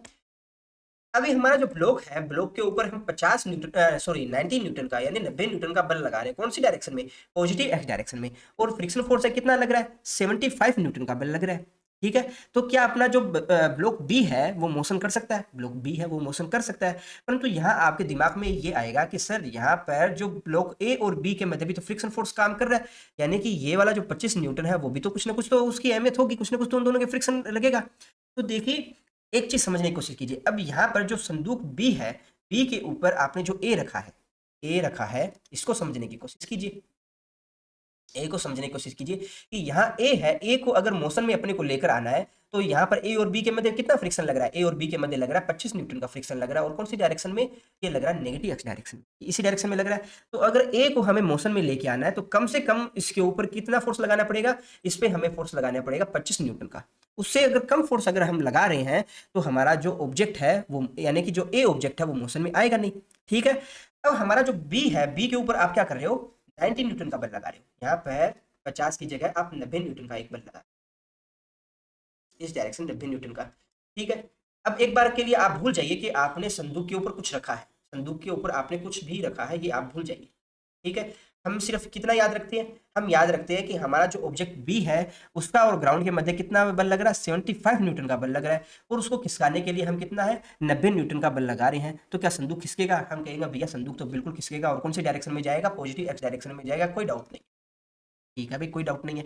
अब उस संदूक के ऊपर आप लाके रख देते हो एक बोतल, ये आपने एक पानी की भरी हुई बोतल रख दी, ठीक है? और आप कहते हो कि भाई इस बोतल को अगर आपको आगे की तरफ खिसकाना है तो कम से कम 25 न्यूटन का बल है उस पर लगाना पड़ेगा। यानी कि जो ए और बी है, बी के मध्य जो फ्रिक्शन फोर्स काम कर रहा है वो 25 न्यूटन का। ठीक है। तो ए को खिसकाने के लिए इस पे जो फोर्स लगाना पड़ेगा, यानी स्टैटिक फ्रिक्शन है उसकी जो रेंज है वो कितनी है, 0 से ये किसके मध्य है, 25 न्यूटन के, यानी 25 से ज़्यादा होगा तभी तो ये ए है वो आगे की तरफ मूव करेगा। दोस्तों इस तरह की कभी भी प्रॉब्लम आपके सामने आए तो उसको सोल्व करने के लिए हम एक ट्रिक यूज करेंगे। ट्रिक क्या रहेगी उसे देखिए आप। देखो जी, हमारा जो ब्लॉक बी है, सीधा सा करना है, ब्लॉक बी है उस पर अप्लाइड फोर्स कितना है, 90 न्यूटन का। इसे फ्रिक्शन फोर्स कितना लग रहा है, इस पे फ्रिक्शन फोर्स लग रहा है अपना 75 न्यूटन का। ठीक है, कहानी खत्म। 75 न्यूटन से 90 की वैल्यू ज़्यादा है तो अपना बी ब्लॉक है वो मोशन कर सकता है अपना, कोई भी इसमें दिक्कत नहीं है। अब बात करें ब्लॉक ए के ऊपर। ब्लॉक ए की वजह से अपना जो ब्लॉक बी है उसके ऊपर कितना न्यूटन का बल लग रहा है, उस पर लग रहा है फ्रिक्शन फोर्स लग रहा है 25 न्यूटन का। तो अब यहाँ अपना लेफ्ट साइड के अंदर आप देख रहे हो इनका जो एड आ रहा है वो 100 न्यूटन आ रहा है और इधर वाली तरफ आ रहा है अपना 90 न्यूटन आ रहा है। तो यानी कि ब्लॉक ए है वो क्या मोशन में आएगा, ब्लॉक ए है उस पर फ्रिक्शन फोर्स है वो कितना लग रहा है, ब्लॉक ए पर फ्रिक्शन फोर्स लग रहा है 25 न्यूटन का। यानी कि ए को मोशन कराने में 25 न्यूटन है वो कम से कम लगना चाहिए, परंतु यहाँ अपने टोटल लगा रहे हैं 90 न्यूटन। तो अगर ऐड करें तो अपने कम से कम 10 न्यूटन का बल हम अपने कम लगा रहे हैं। तो यानी कि जो ब्लॉक ए जो बी पे रखा है वो स्थिर अवस्था में रहेगा बी के ऊपर, और जिस वेलोसिटी के साथ बी जा रहा है उसी वेलोसिटी के साथ हमारा जो ए है वो आगे की तरफ बढ़ेगा। तो इस तरह की प्रॉब्लम को सॉल्व करने के लिए हम क्या करेंगे, जो ए और बी है उसको एक निकाय की तरह ट्रीट, तो हम एक निकाय मानेंगे। ठीक है, निकाय मानेंगे तो हमारा जो ए और बी का जो ये टोटल जो निकाय बना है इसका वेट कितना आ गया, 10 और 5 15 केजी। ठीक है, इससे फ्रिक्शन फोर्स कौन सा लग रहा है, इससे फ्रिक्शन फोर्स क्योंकि ग्राउंड की वजह से लग रहा है और कितना 75 न्यूटन लग रहा है, और कौन सी डायरेक्शन में, नेगेटिव एक्स डायरेक्शन में लग रहा है। और इस डायरेक्शन में क्या लग रहा है, इस डायरेक्शन में हमारा लग रहा है 90 न्यूटन का जो हमने एक्सटर्नल फोर्स लगाया ये। तो अब इसका एक्सेलरेशन कैलकुलेट करेंगे, एक्सेलरेशन क्या होगा, इसका एक्सेलरेशन होगा अपना इस डायरेक्शन में। ठीक है, तो क्या आ जाएगा अपना 90 minus 75 equals to mass into acceleration. ठीक है, तो ये अपना क्या आ जाएगा 15 इक्वल्स टू 15 बाई इंटू 8। तो ये अपना जो एक्सेलरेशन आ जाएगा ये किसका आ जाएगा, जो ब्लॉक ए और बी दोनों का एक्सेलरेशन सेम ही होगा, ए के बराबर होगा, और वो कितना आ जाएगा, ये 1 मीटर पर सेकेंड। यानी कि ए और बी किसी समान एक्सेलरेशन के साथ आगे की तरफ बढ़ेंगे। ठीक है, फिर भी किसी स्टूडेंट को अभी कोई डाउट हो तो कमेंट बॉक्स में बताइएगा। कुछ न्यूमेरिकल्स और हम करने वाले हैं उनको भी आप जरूर देखिएगा, उम्मीद है कि आपको किसी तरह का कोई डाउट ना रहे। दोस्तों जो नेक्स्ट क्वेश्चन है हमारा, इसमें हमें दो दे रखे हैं, दो ब्लॉक दे रखे हैं, दोनों का वेट कितना 10 केजी है। जो ब्लॉक बी है उस पर हम लगाते हैं 200 न्यूटन का बल, और जो फ्रिक्शन कोफिशिएंट है वो हमें दे रखे हैं। हमें कैलकुलेट करना है हमारा जो ब्लॉक ए और बी है इनका एक्सेलरेशन क्या होगा। तो देखिए सबसे पहले हमारा तरीका क्या रहता है, हमें बनाने फ्री बॉडी डायग्राम। तो दोनों ब्लॉक ए और बी के फ्री बॉडी डायग्राम बना लेते हैं।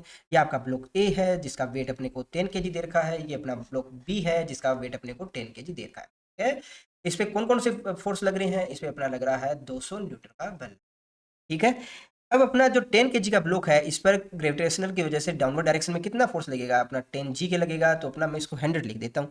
तो इसमें जो नॉर्मल फोर्स लग रहा है वो अपवर्ड डायरेक्शन में लगेगा, और उस नॉर्मल फोर्स की वैल्यू कितनी आ जाएगी, 100 आ जाएगी।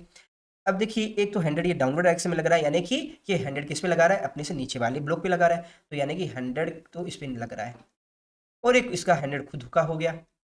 ठीक है, तो यहाँ पर जो नॉर्मल फोर्स लगेगा जिसको मैं N2 से डिनोट करता हूँ, ये किसके बराबर हो जाएगा, ये N2 अपना बराबर आ जाएगा 200 के बराबर है। क्या इसमें किसी को कोई दिक्कत है, यहाँ तक दिक्कत हो तो कमेंट बॉक्स में बताइएगा। अब यहाँ पर फ्रिक्शन फोर्स है वो किस तरह से वर्क करेगा, फ्रिक्शन फोर्स के लिए देख लेते हैं। तो सबसे पहले बात करते हैं हमारा जो ब्लॉक 10 केजी वाला यानी कि बी ब्लॉक है, इसके लिए बात करें तो यहाँ पर फ्रिक्शन फोर्स किसके बराबर होगा, इसको मैं दिखा देता हूँ F2 से। ये किसके बराबर होगा, न्यू N2 के बराबर होगा। न्यू N2 के बराबर होगा तो न्यू की वैल्यू कितनी है, 0.1 है। तो यहाँ पर 0.1 इंटू 200 करेंगे तो क्या आ जाएगा अपने पास में F2 की वैल्यू आ जाएगी 20 न्यूटन की। क्या इसमें कोई दिक्कत है। अब अपने बात करते हैं, देखिए मैंने फ्रिक्शन फोर्स की डायरेक्शन डायरेक्ट लिख दी यहाँ पे, तो किस में कंफ्यूज हो तो बताइएगा। यहाँ पे देखिए ऑब्जेक्ट के जो मॉलिक्यूल्स है वो इस डायरेक्शन में मोशन करेंगे क्योंकि फोर्स इसी डायरेक्शन में लग रहा है, तो फ्रिक्शन फोर्स तो इसी डायरेक्शन में लगेगा ना, तो मैंने डायरेक्ट इसी डायरेक्शन में लगा दिया। ठीक है, अब यहाँ 200 न्यूटन की वजह से इधर वाले डायरेक्शन में लगा रहा है, तो यहाँ ए और बी के मध्य भी फ्रिक्शन फोर्स लगेगा, वो इसी डायरेक्शन में लगेगा। ठीक है, अब Fs1 की वैल्यू कितनी हो जाएगी, अब ए पर फ्रिक्शन फोर्स कौन से डायरेक्शन में लगेगा, इस डायरेक्शन में लगेगा। ए पर फ्रिक्शन फोर्स इस डायरेक्शन में लगेगा तो इसकी वैल्यू कितनी होगी, इसकी वैल्यू देख लेते हैं। यहाँ पर Fs1 है उसकी वैल्यू कितनी आ जाएगी, इसकी बराबर आ जाएगी न्यू N1 के बराबर आ जाएगी, न्यू N1 के। और न्यू की वैल्यू कितनी है, 0.5 दे रखी है। तो यहाँ पर 0.5 इंटू 100 करेंगे तो ये किसके बराबर आ जाएगा, ये बराबर आ जाएगा अपना 50 न्यूटन के, 50 न्यूटन के बराबर आ जाएगा, 50 न्यूटन के बराबर आ जाएगा। तो यहाँ पर ए और बी का एक साफ सुथरा फिर से डायग्राम बना लेते हैं, जिसमें अपने पास में क्या है कि आपका ब्लॉक ए है 10 केजी का ब्लॉक है, इस पे आपके कौन से बल लग रहे हैं, इस पे लग रहा है इस डायरेक्शन में 50 न्यूटन का बल लग रहा है। और आपका जो ब्लॉक बी है उस पे जो दो बल लग रहे हैं, एक तो बल कौन सा लग रहा है 200 न्यूटन का आगे की तरफ लग रहा है, और फ्रिक्शन फोर्स अब कौन से लग रहे हैं, दो लग रहे हैं, एक तो इधर वाली तरफ 20 न्यूटन का लग रहा है और एक 50 न्यूटन का बल लग रहा है। ठीक है, अब आप बताइए कि ए और बी के एक्सीलरेशन क्या होने वाले हैं। यहाँ पर देखिए अप्लाइड जो फोर्स है अपना 200 न्यूटन का बल है, वो अपना 20 न्यूटन और 50 न्यूटन दोनों से ज्यादा है, तो निश्चित तौर पर अपना जो ऑब्जेक्ट ए और बी है दोनों ही किस में होगा, मोशन की कंडीशन में होगा। तो सबसे पहले यहाँ पर इसके एक्सीलरेशन की बात करें तो क्या आ जाएगा, अप्लाइड फोर्स कितना है 200 माइनस 50 माइनस 20, इसके बराबर होगा मास इंटू एक्सीलरेशन, यहाँ पर 10 ए बी के बराबर आ जाएगा। तो ए बी की वैल्यू कितनी आ जाएगी यहाँ पर 13 मीटर पर सेकेंड स्क्वायर। ठीक है, यहाँ पर एक ही बात करें तो इसके लिए क्या होगा, अप्लाइड फोर्स कितना है 50, और यहाँ पर किसके बराबर है मास इंटू एक्सीलरेशन, तो मास कितना है 10 और एक्सीलरेशन कितना है ए, तो ए की वैल्यू कितनी आ जाएगी 5 मीटर पर सेकेंड स्क्वायर, 5 मीटर पर सेकेंड स्क्वायर। तो यहाँ से अपने पास में क्या आ गया, हमारे पास में आ गया कि हमारा जो ब्लॉक ए के ऊपर जो हमने एक बी है रखा है, तो अपना अगर 200 न्यूटन का बल इसमें लगाते हैं तो अपना जो नीचे वाला ब्लॉक है वो किस वेलोसिटी के साथ जा रहा है, वो जा रहा है 13 मीटर पर सेकंड स्क्वायर के हिसाब से, और जो ए जा रहा है वो जा रहा है 5 मीटर पर सेकंड। ठीक है, इसमें कोई डाउट हो तो बताइएगा। नेक्स्ट क्वेश्चन, और दोस्तों नेक्स्ट क्वेश्चन है, इसमें हमारे पास में दे रखा है कि कोई ब्लॉक ए और बी है जिसके ऊपर फ्रिक्शन कोफिशिएंट है वो अपने को दे रखे हैं, और 20 न्यूटन का इस पर हम अगर फोर्स अप्लाई करें तो हमारा ए और बी है इनका क्या होगा, जो एक्सीलरेशन क्या होगा, इसका एक्सीलरेशन हमें फाइंड करना है कि ए और बी है उसका एक्सीलरेशन क्या है ब्लॉक ए। ठीक है, किस तरह से कैलकुलेट करेंगे, वही मेथड रहेगा। सबसे पहले फ्री बॉडी डायग्राम बनाते हैं, फ्री बॉडी डायग्राम बनाते हैं, ए का ये 10 के जी, ये और अपना ये बी हो गया, बी का वेट 10 के जी है। ठीक है, बी पर कितना फोर्स लग रहा है यहाँ पर 20 न्यूटन का, इधर वाली इस तरफ लग रहा है। ए है एक, ए नीचे की तरफ कितना लगेगा एम जी लगेगा। ठीक है, तो नॉर्मल फोर्स सब अपर डायरेक्शन में लगेगा, नॉर्मल फोर्स की वैल्यू कितनी आ जाएगी, एम और जी की वैल्यू रखिए, इसमें कितना आ जाएगा 100 आ जाएगा। ठीक है, तो यहाँ से फ्रिक्शन फोर्स है उसकी वैल्यू कितनी आ जाएगी, फ्रिक्शन फोर्स जो F1 है उसकी वैल्यू कौन सी आ जाएगी। तो देखिए सबसे पहले तो डायरेक्शन की बात करते हैं, फ्रिक्शन फोर्स है उसकी डायरेक्शन कौन सी रहेगी। तो देखिए हमारा जो ये ऑब्जेक्ट बी है उसके पार्टिकल कौन सी डायरेक्शन में जा रहे हैं, जिस डायरेक्शन में फोर्स लग रहा है इसी डायरेक्शन में, तो इसमें फ्रिक्शन फोर्स कौन से डायरेक्शन में लगेगा, इस डायरेक्शन में लगेगा, तो F2 की डायरेक्शन ये रही। अब यहाँ पार्टिकल इस डायरेक्शन में जा रहा है तो ए ब्लॉक की वजह से जो बी पर फ्रिक्शन फोर्स लगेगा वो कौन सी डायरेक्शन में लगेगा, वो इसी डायरेक्शन में लगेगा, यानी F1 भी इसी डायरेक्शन में लगेगा। तो ए पर फ्रिक्शन फोर्स कौन सी डायरेक्शन में लगेगा, ए पर फ्रिक्शन फोर्स इस डायरेक्शन में लगेगा। तो F1 की वैल्यू कितनी हो जाएगी, F1 की वैल्यू आ जाएगी अपना अपना न्यू और एन के बराबर आ जाएगी, न्यू N1 के बराबर आ जाएगी। इसकी वैल्यू रखिए N1 की और इसकी 0.1 इंटू 100, तो ये किसके बराबर आ जाएगा, ये अपना आ जाएगा 20 न्यूटन के। ठीक है, इसी प्रकार से बी की बात करें तो बी पर कौन जो फ्रिक्शन फोर्स लगेगा वो कौन सा होगा। तो सबसे पहले बात करते हैं इसमें नॉर्मल फोर्स कौन कौन से लग रहे हैं, एक तो जो ऊपर 10 केजी का वेट रखा है उसकी वजह से 100 न्यूटन इस डायरेक्शन में लगेगा, एक खुद का वेट है उसकी वजह से 100 न्यूटन इस डायरेक्शन में लगेगा। तो नॉर्मल कितना हो जाएगा, नॉर्मल N2 है उसकी वैल्यू आ जाएगी अपना 200। ठीक है, फ्रिक्शन फोर्स वो कितना हो जाएगा, ये अपना आ जाएगा F2 से डिनोट करता हूँ, ये किसके बराबर हो जाएगा अपना न्यू N2 के बराबर हो जाएगा। न्यू की वैल्यू कितनी है 0.1 है, इसको 200 से मल्टीप्लाई करेंगे तो ये भी अपना 20 न्यूटन के बराबर आ जाएगा। तो अपने पास में जो ब्लॉक ए और बी है इसके ऊपर कितने कौन कौन से फोर्स लग रहा है, ये ए और बी है अपना। तो ए पर फोर्स लग रहा है अपना इस डायरेक्शन में F1 लग रहा है, और वो कितना लग रहा है 20 न्यूटन का। बी पर कौन सा लग रहा है, एक तो इस डायरेक्शन में 20 न्यूटन लग रहा है, एक F1 लग रहा है कितना 20 न्यूटन का। ये F1 भी तो लगेगा, F1 जितना इधर लग रहा है उतना ही F1 इस डायरेक्शन में भी तो लगेगा। F1 है कितना 20 न्यूटन। ठीक है, अप्लाइड फोर्स कितना है 20 न्यूटन। तो यहाँ पर आप समझने की कोशिश कीजिए कि हमारे जो बी ब्लॉक है उस पर फ्रिक्शन फोर्स कितना लग रहा है 20 न्यूटन, तो अपना बी पर ग्राउंड की वजह से लग रहा है, और 20 न्यूटन ही उस पर ए ब्लॉक की वजह से लग रहा है। तो यहाँ पर जो उन्होंने अप्लाइड फोर्स किया है वो पूरा ग्राउंड और बी के मध्य जो फ्रिक्शन फोर्स लग रहा है उसके बराबर है। तो यानी कि मोशन में तो अभी तक बी ब्लॉक आए ही नहीं है, तो जब बी ब्लॉक मोशन में आए नहीं है तो यहाँ पर जो बी ब्लॉक है उसका एक्सीलरेशन कितना होगा, एक्सीलरेशन कितना होगा, एक्सीलरेशन ऑफ बी है वो 0 हो जाएगा। अब बी के अंदर एक्सीलरेशन 0 है और यहाँ पर अपना ए है, ए पर एक्सीलरेशन कितना होगा, तो निश्चित तौर पे ए पर भी एक्सीलरेशन है वो 0 ही होगा। कभी ऐसा देखा है कि आपने 10 केजी के संदूक पे दूसरा 10 केजी का संदूक रख दिया और आप नीचे वाले संदूक पे कोई एक बल लगा रहे हो, ठीक है, अगर उन दोनों के मध्य फ्रिक्शन फोर्स के बराबर अगर लग रहा होता तो उस कंडीशन में क्या ऊपर वाला संदूक गति करता, नहीं करता।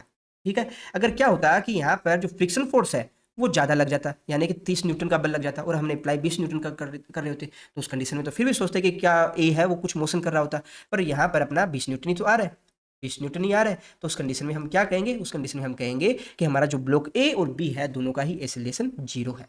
ठीक है ना। इसी क्वेश्चन को इंटरेस्टिंग बनाने के लिए हम क्या करते हैं कि यहाँ पर अगर 20 न्यूटन की जगह अगर अपनों ने यहाँ 30 न्यूटन का बल लगाया होता तो क्या होता? 30 न्यूटन का अगर यहाँ बल लगा देते तब क्या होता? इसको भी देख लेते हैं। तो दोस्तों इसको जरा समझने की कोशिश कीजिए कि जैसे ही हम यहाँ पर 20 न्यूटन की जगह 30 न्यूटन जैसे ही फोर्स लगाते हैं, तो एक बार के लिए आप भूल जाइए कि आपने बी ब्लॉक के ऊपर ए ब्लॉक रखा है। आप सिर्फ इतना देखिए कि हमारा जो बी ब्लॉक है उसका और ग्राउंड के बीच में जो फ्रिक्शन फोर्स लग रहा है वो अपना लग रहा है कितना? 20 न्यूटन का। ये लग रहा है 20 न्यूटन। ठीक है? और हमने इस पर अप्लाई कितना फोर्स किया है? हमने अप्लाई किया है इस पे 30 न्यूटन का। ठीक है? यानी कि बी को मोशन में लाने के लिए हमें 20 न्यूटन से ज़्यादा बल लगाने की ज़रूरत थी और हमने 20 न्यूटन से ज़्यादा का बल इस पे लगा दिया है। तो हमारा जो ब्लॉक बी है वो तो मोशन करेगा। ठीक है? अब बात करते हैं कि जब ब्लॉक ए है इसके ऊपर रख दिया जाता है तो ब्लॉक ए मोशन करेगा या नहीं करेगा? तो यहाँ पर देखिए जो ब्लॉक ए है, ब्लॉक ए को मोशन में लाना है तो इस पे फ्रिक्शन फोर्स कितना लग रहा है? इस पे फ्रिक्शन फोर्स लग रहा है 20 न्यूटन। यानी कि अगर ए को मोशन में लाना है तो कम से कम हमें 20 न्यूटन का बल है वो उस पे लगाना पड़ेगा।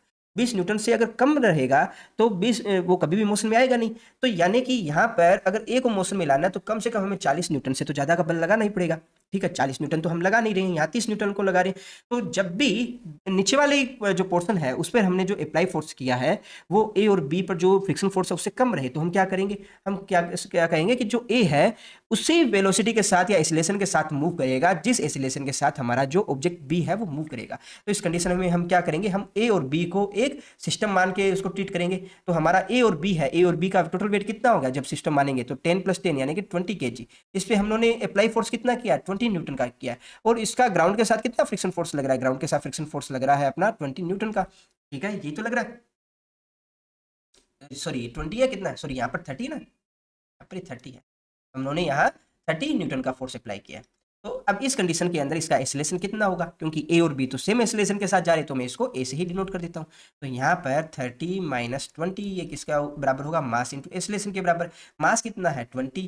ठीक है, तो यहाँ पर 20 और एक्सीलरेशन को ए से डिनोट कर देता हूँ। तो यहाँ एक्सीलरेशन ए बराबर किसके आ जाएगा? ये यहाँ से 10 आ जाएगा बटे 20 करेंगे तो 1/2 ये आ जाएगा मीटर पर सेकेंड। ठीक है, तो यहाँ किसी को कोई डाउट नहीं होना चाहिए। फिर भी अगर किसी को डाउट हो तो कमेंट बॉक्स में बताइएगा। एक प्यारा सा क्वेश्चन और कर लेते हैं दोस्तों। इस क्वेश्चन के अंदर हमें दे रखा है ब्लॉक ए और बी के वेट हैं 10 kg है और 100 न्यूटन का इस पे बल लगाते हैं। तो किस तरह से इसके एक्सीलरेशन लगाएंगे ब्लॉक के? तो देखिए क्या मेथड रहेगा हमारा? मेथड वही सेम रहेगा। क्या? फ्री बॉडी डायग्राम बनाइए। 10 kg का जो ए ब्लॉक है और 10 kg का दूसरा बी ब्लॉक है। ठीक है, ए ब्लॉक पे हम कितना लगा रहे हैं? 100 न्यूटन का बल लगा रहे हैं इस पर। ठीक है, इस पर mg डाउनवर्ड डायरेक्शन में लगेगा तो 10g आएगा तो मैं इसकी वैल्यू 100 लिख देता हूँ। नॉर्मल फोर्स लगेगा अपवर्ड डायरेक्शन में, नॉर्मल फोर्स की वैल्यू कितनी आ जाएगी? 100। तो यहाँ से फ्रिक्शन फोर्स की वैल्यू कितनी आ जाएगी? इसको मैं F1 से डिनोट करता हूँ। न्यू एन के बराबर आ जाएगा तो यहाँ से आपकी वैल्यू आ जाएगी 15 न्यूटन। ठीक है, फ्रिक्शन फोर्स कौन सी डायरेक्शन में है हमने लगाया है तो उसको भी एक बार क्रॉस चेक कर लेते हैं। देखिए हमारा जो ऑब्जेक्ट है इसके सभी पार्टिकल है इस डायरेक्शन में मूव करेंगे। क्यों? क्योंकि फोर्स इसी डायरेक्शन में अप्लाई हो रहा है तो फ्रिक्शन फोर्स है वो इस डायरेक्शन में अप्लाई होगा। ठीक है, तो अगर ए ब्लॉक पे जो फ्रिक्शन फोर्स है इस डायरेक्शन में लग रहा है तो बी ब्लॉक पे फ्रिक्शन फोर्स कौन सी डायरेक्शन में लगेगा? इस डायरेक्शन में। ये बी ब्लॉक पे फ्रिक्शन फोर्स लगेगा इस डायरेक्शन में। F1 इस डायरेक्शन में लगेगा। अब जो ब्लॉक बी है इसके पार्टिकल इसी डायरेक्शन में मूव करेंगे तो ग्राउंड की वजह से फ्रिक्शन फोर्स कौन सी डायरेक्शन में लगेगा? वो इस डायरेक्शन में लगेगा। यानी कि आपका F2 है वो इस डायरेक्शन में लगेगा। ठीक है, F2 की वैल्यू किस तरह से कैलकुलेट करेंगे? तो नॉर्मल फोर्स को कितना लग रहा है यहाँ पर? एक तो ऊपर वाले जो ए ब्लॉक है उसकी वजह से 100 न्यूटन लग रहा है, एक इसका खुद का जो वेट है उसकी वजह से 100 न्यूटन लग रहा है। तो N2 है, N2 किसके बराबर आ जाएगा? N2 बराबर आ जाएगा आपका, N2 बराबर आ जाएगा 200 न्यूटन के बराबर। ठीक है, यहाँ तक किसी को डाउट है? तो F2 है, F2 की वैल्यू किसके बराबर आ जाएगी? F2 की वैल्यू आ जाएगी अपना न्यू कितनी है? 0.2। तो 0.2 को आप किससे मल्टीप्लाई करेंगे? 200 से, तो ये आपके पास में आ जाएगा 40 न्यूटन। ठीक है, तो इस वैल्यू को यहाँ रखेंगे तो हमारे पास में क्या आएगा? हमारे पास में दो चीज़ें निकल कर आ रही है कि आपका एक तो आगे की तरफ और पीछे की तरफ कितना फोर्स लग रहा है। हमारा यहाँ आगे की तरफ जो बल लग रहा है उसकी वैल्यू कितनी है? ये लग रही है 50 न्यूटन का और इधर वाली तरफ लग रही है वो है 40 न्यूटन का। ठीक है, तो यहाँ देखिएगा सबसे पहले ए ब्लॉक की बात करते हैं। ए ब्लॉक पर फ्रिक्शन फोर्स कितना लग रहा है? 50 न्यूटन का। और यहाँ पर हमने अप्लाई कितना किया? 100 न्यूटन का। यानी कि 100 न्यूटन से अपना फ्रिक्शन फोर्स है उसकी वैल्यू कम है, फ्रिक्शन फोर्स है उसकी वैल्यू कम है। तो हमारा जो ऑब्जेक्ट ए है बड़ी आराम से मोशन करेगा, इसमें कोई डाउट नहीं है। तो इसका एक्सीलरेशन कितना हो जाएगा? तो एक्सीलरेशन ऑफ ए है क्या हो जाएगा? तो 100 - 50 इक्वल्स टू ऑब्जेक्ट ए का मास है 10, एक्सीलरेशन है उसको ए से डिनोट करता हूँ तो ए किसका बराबर आ जाएगा? 5 मीटर पर सेकेंड के।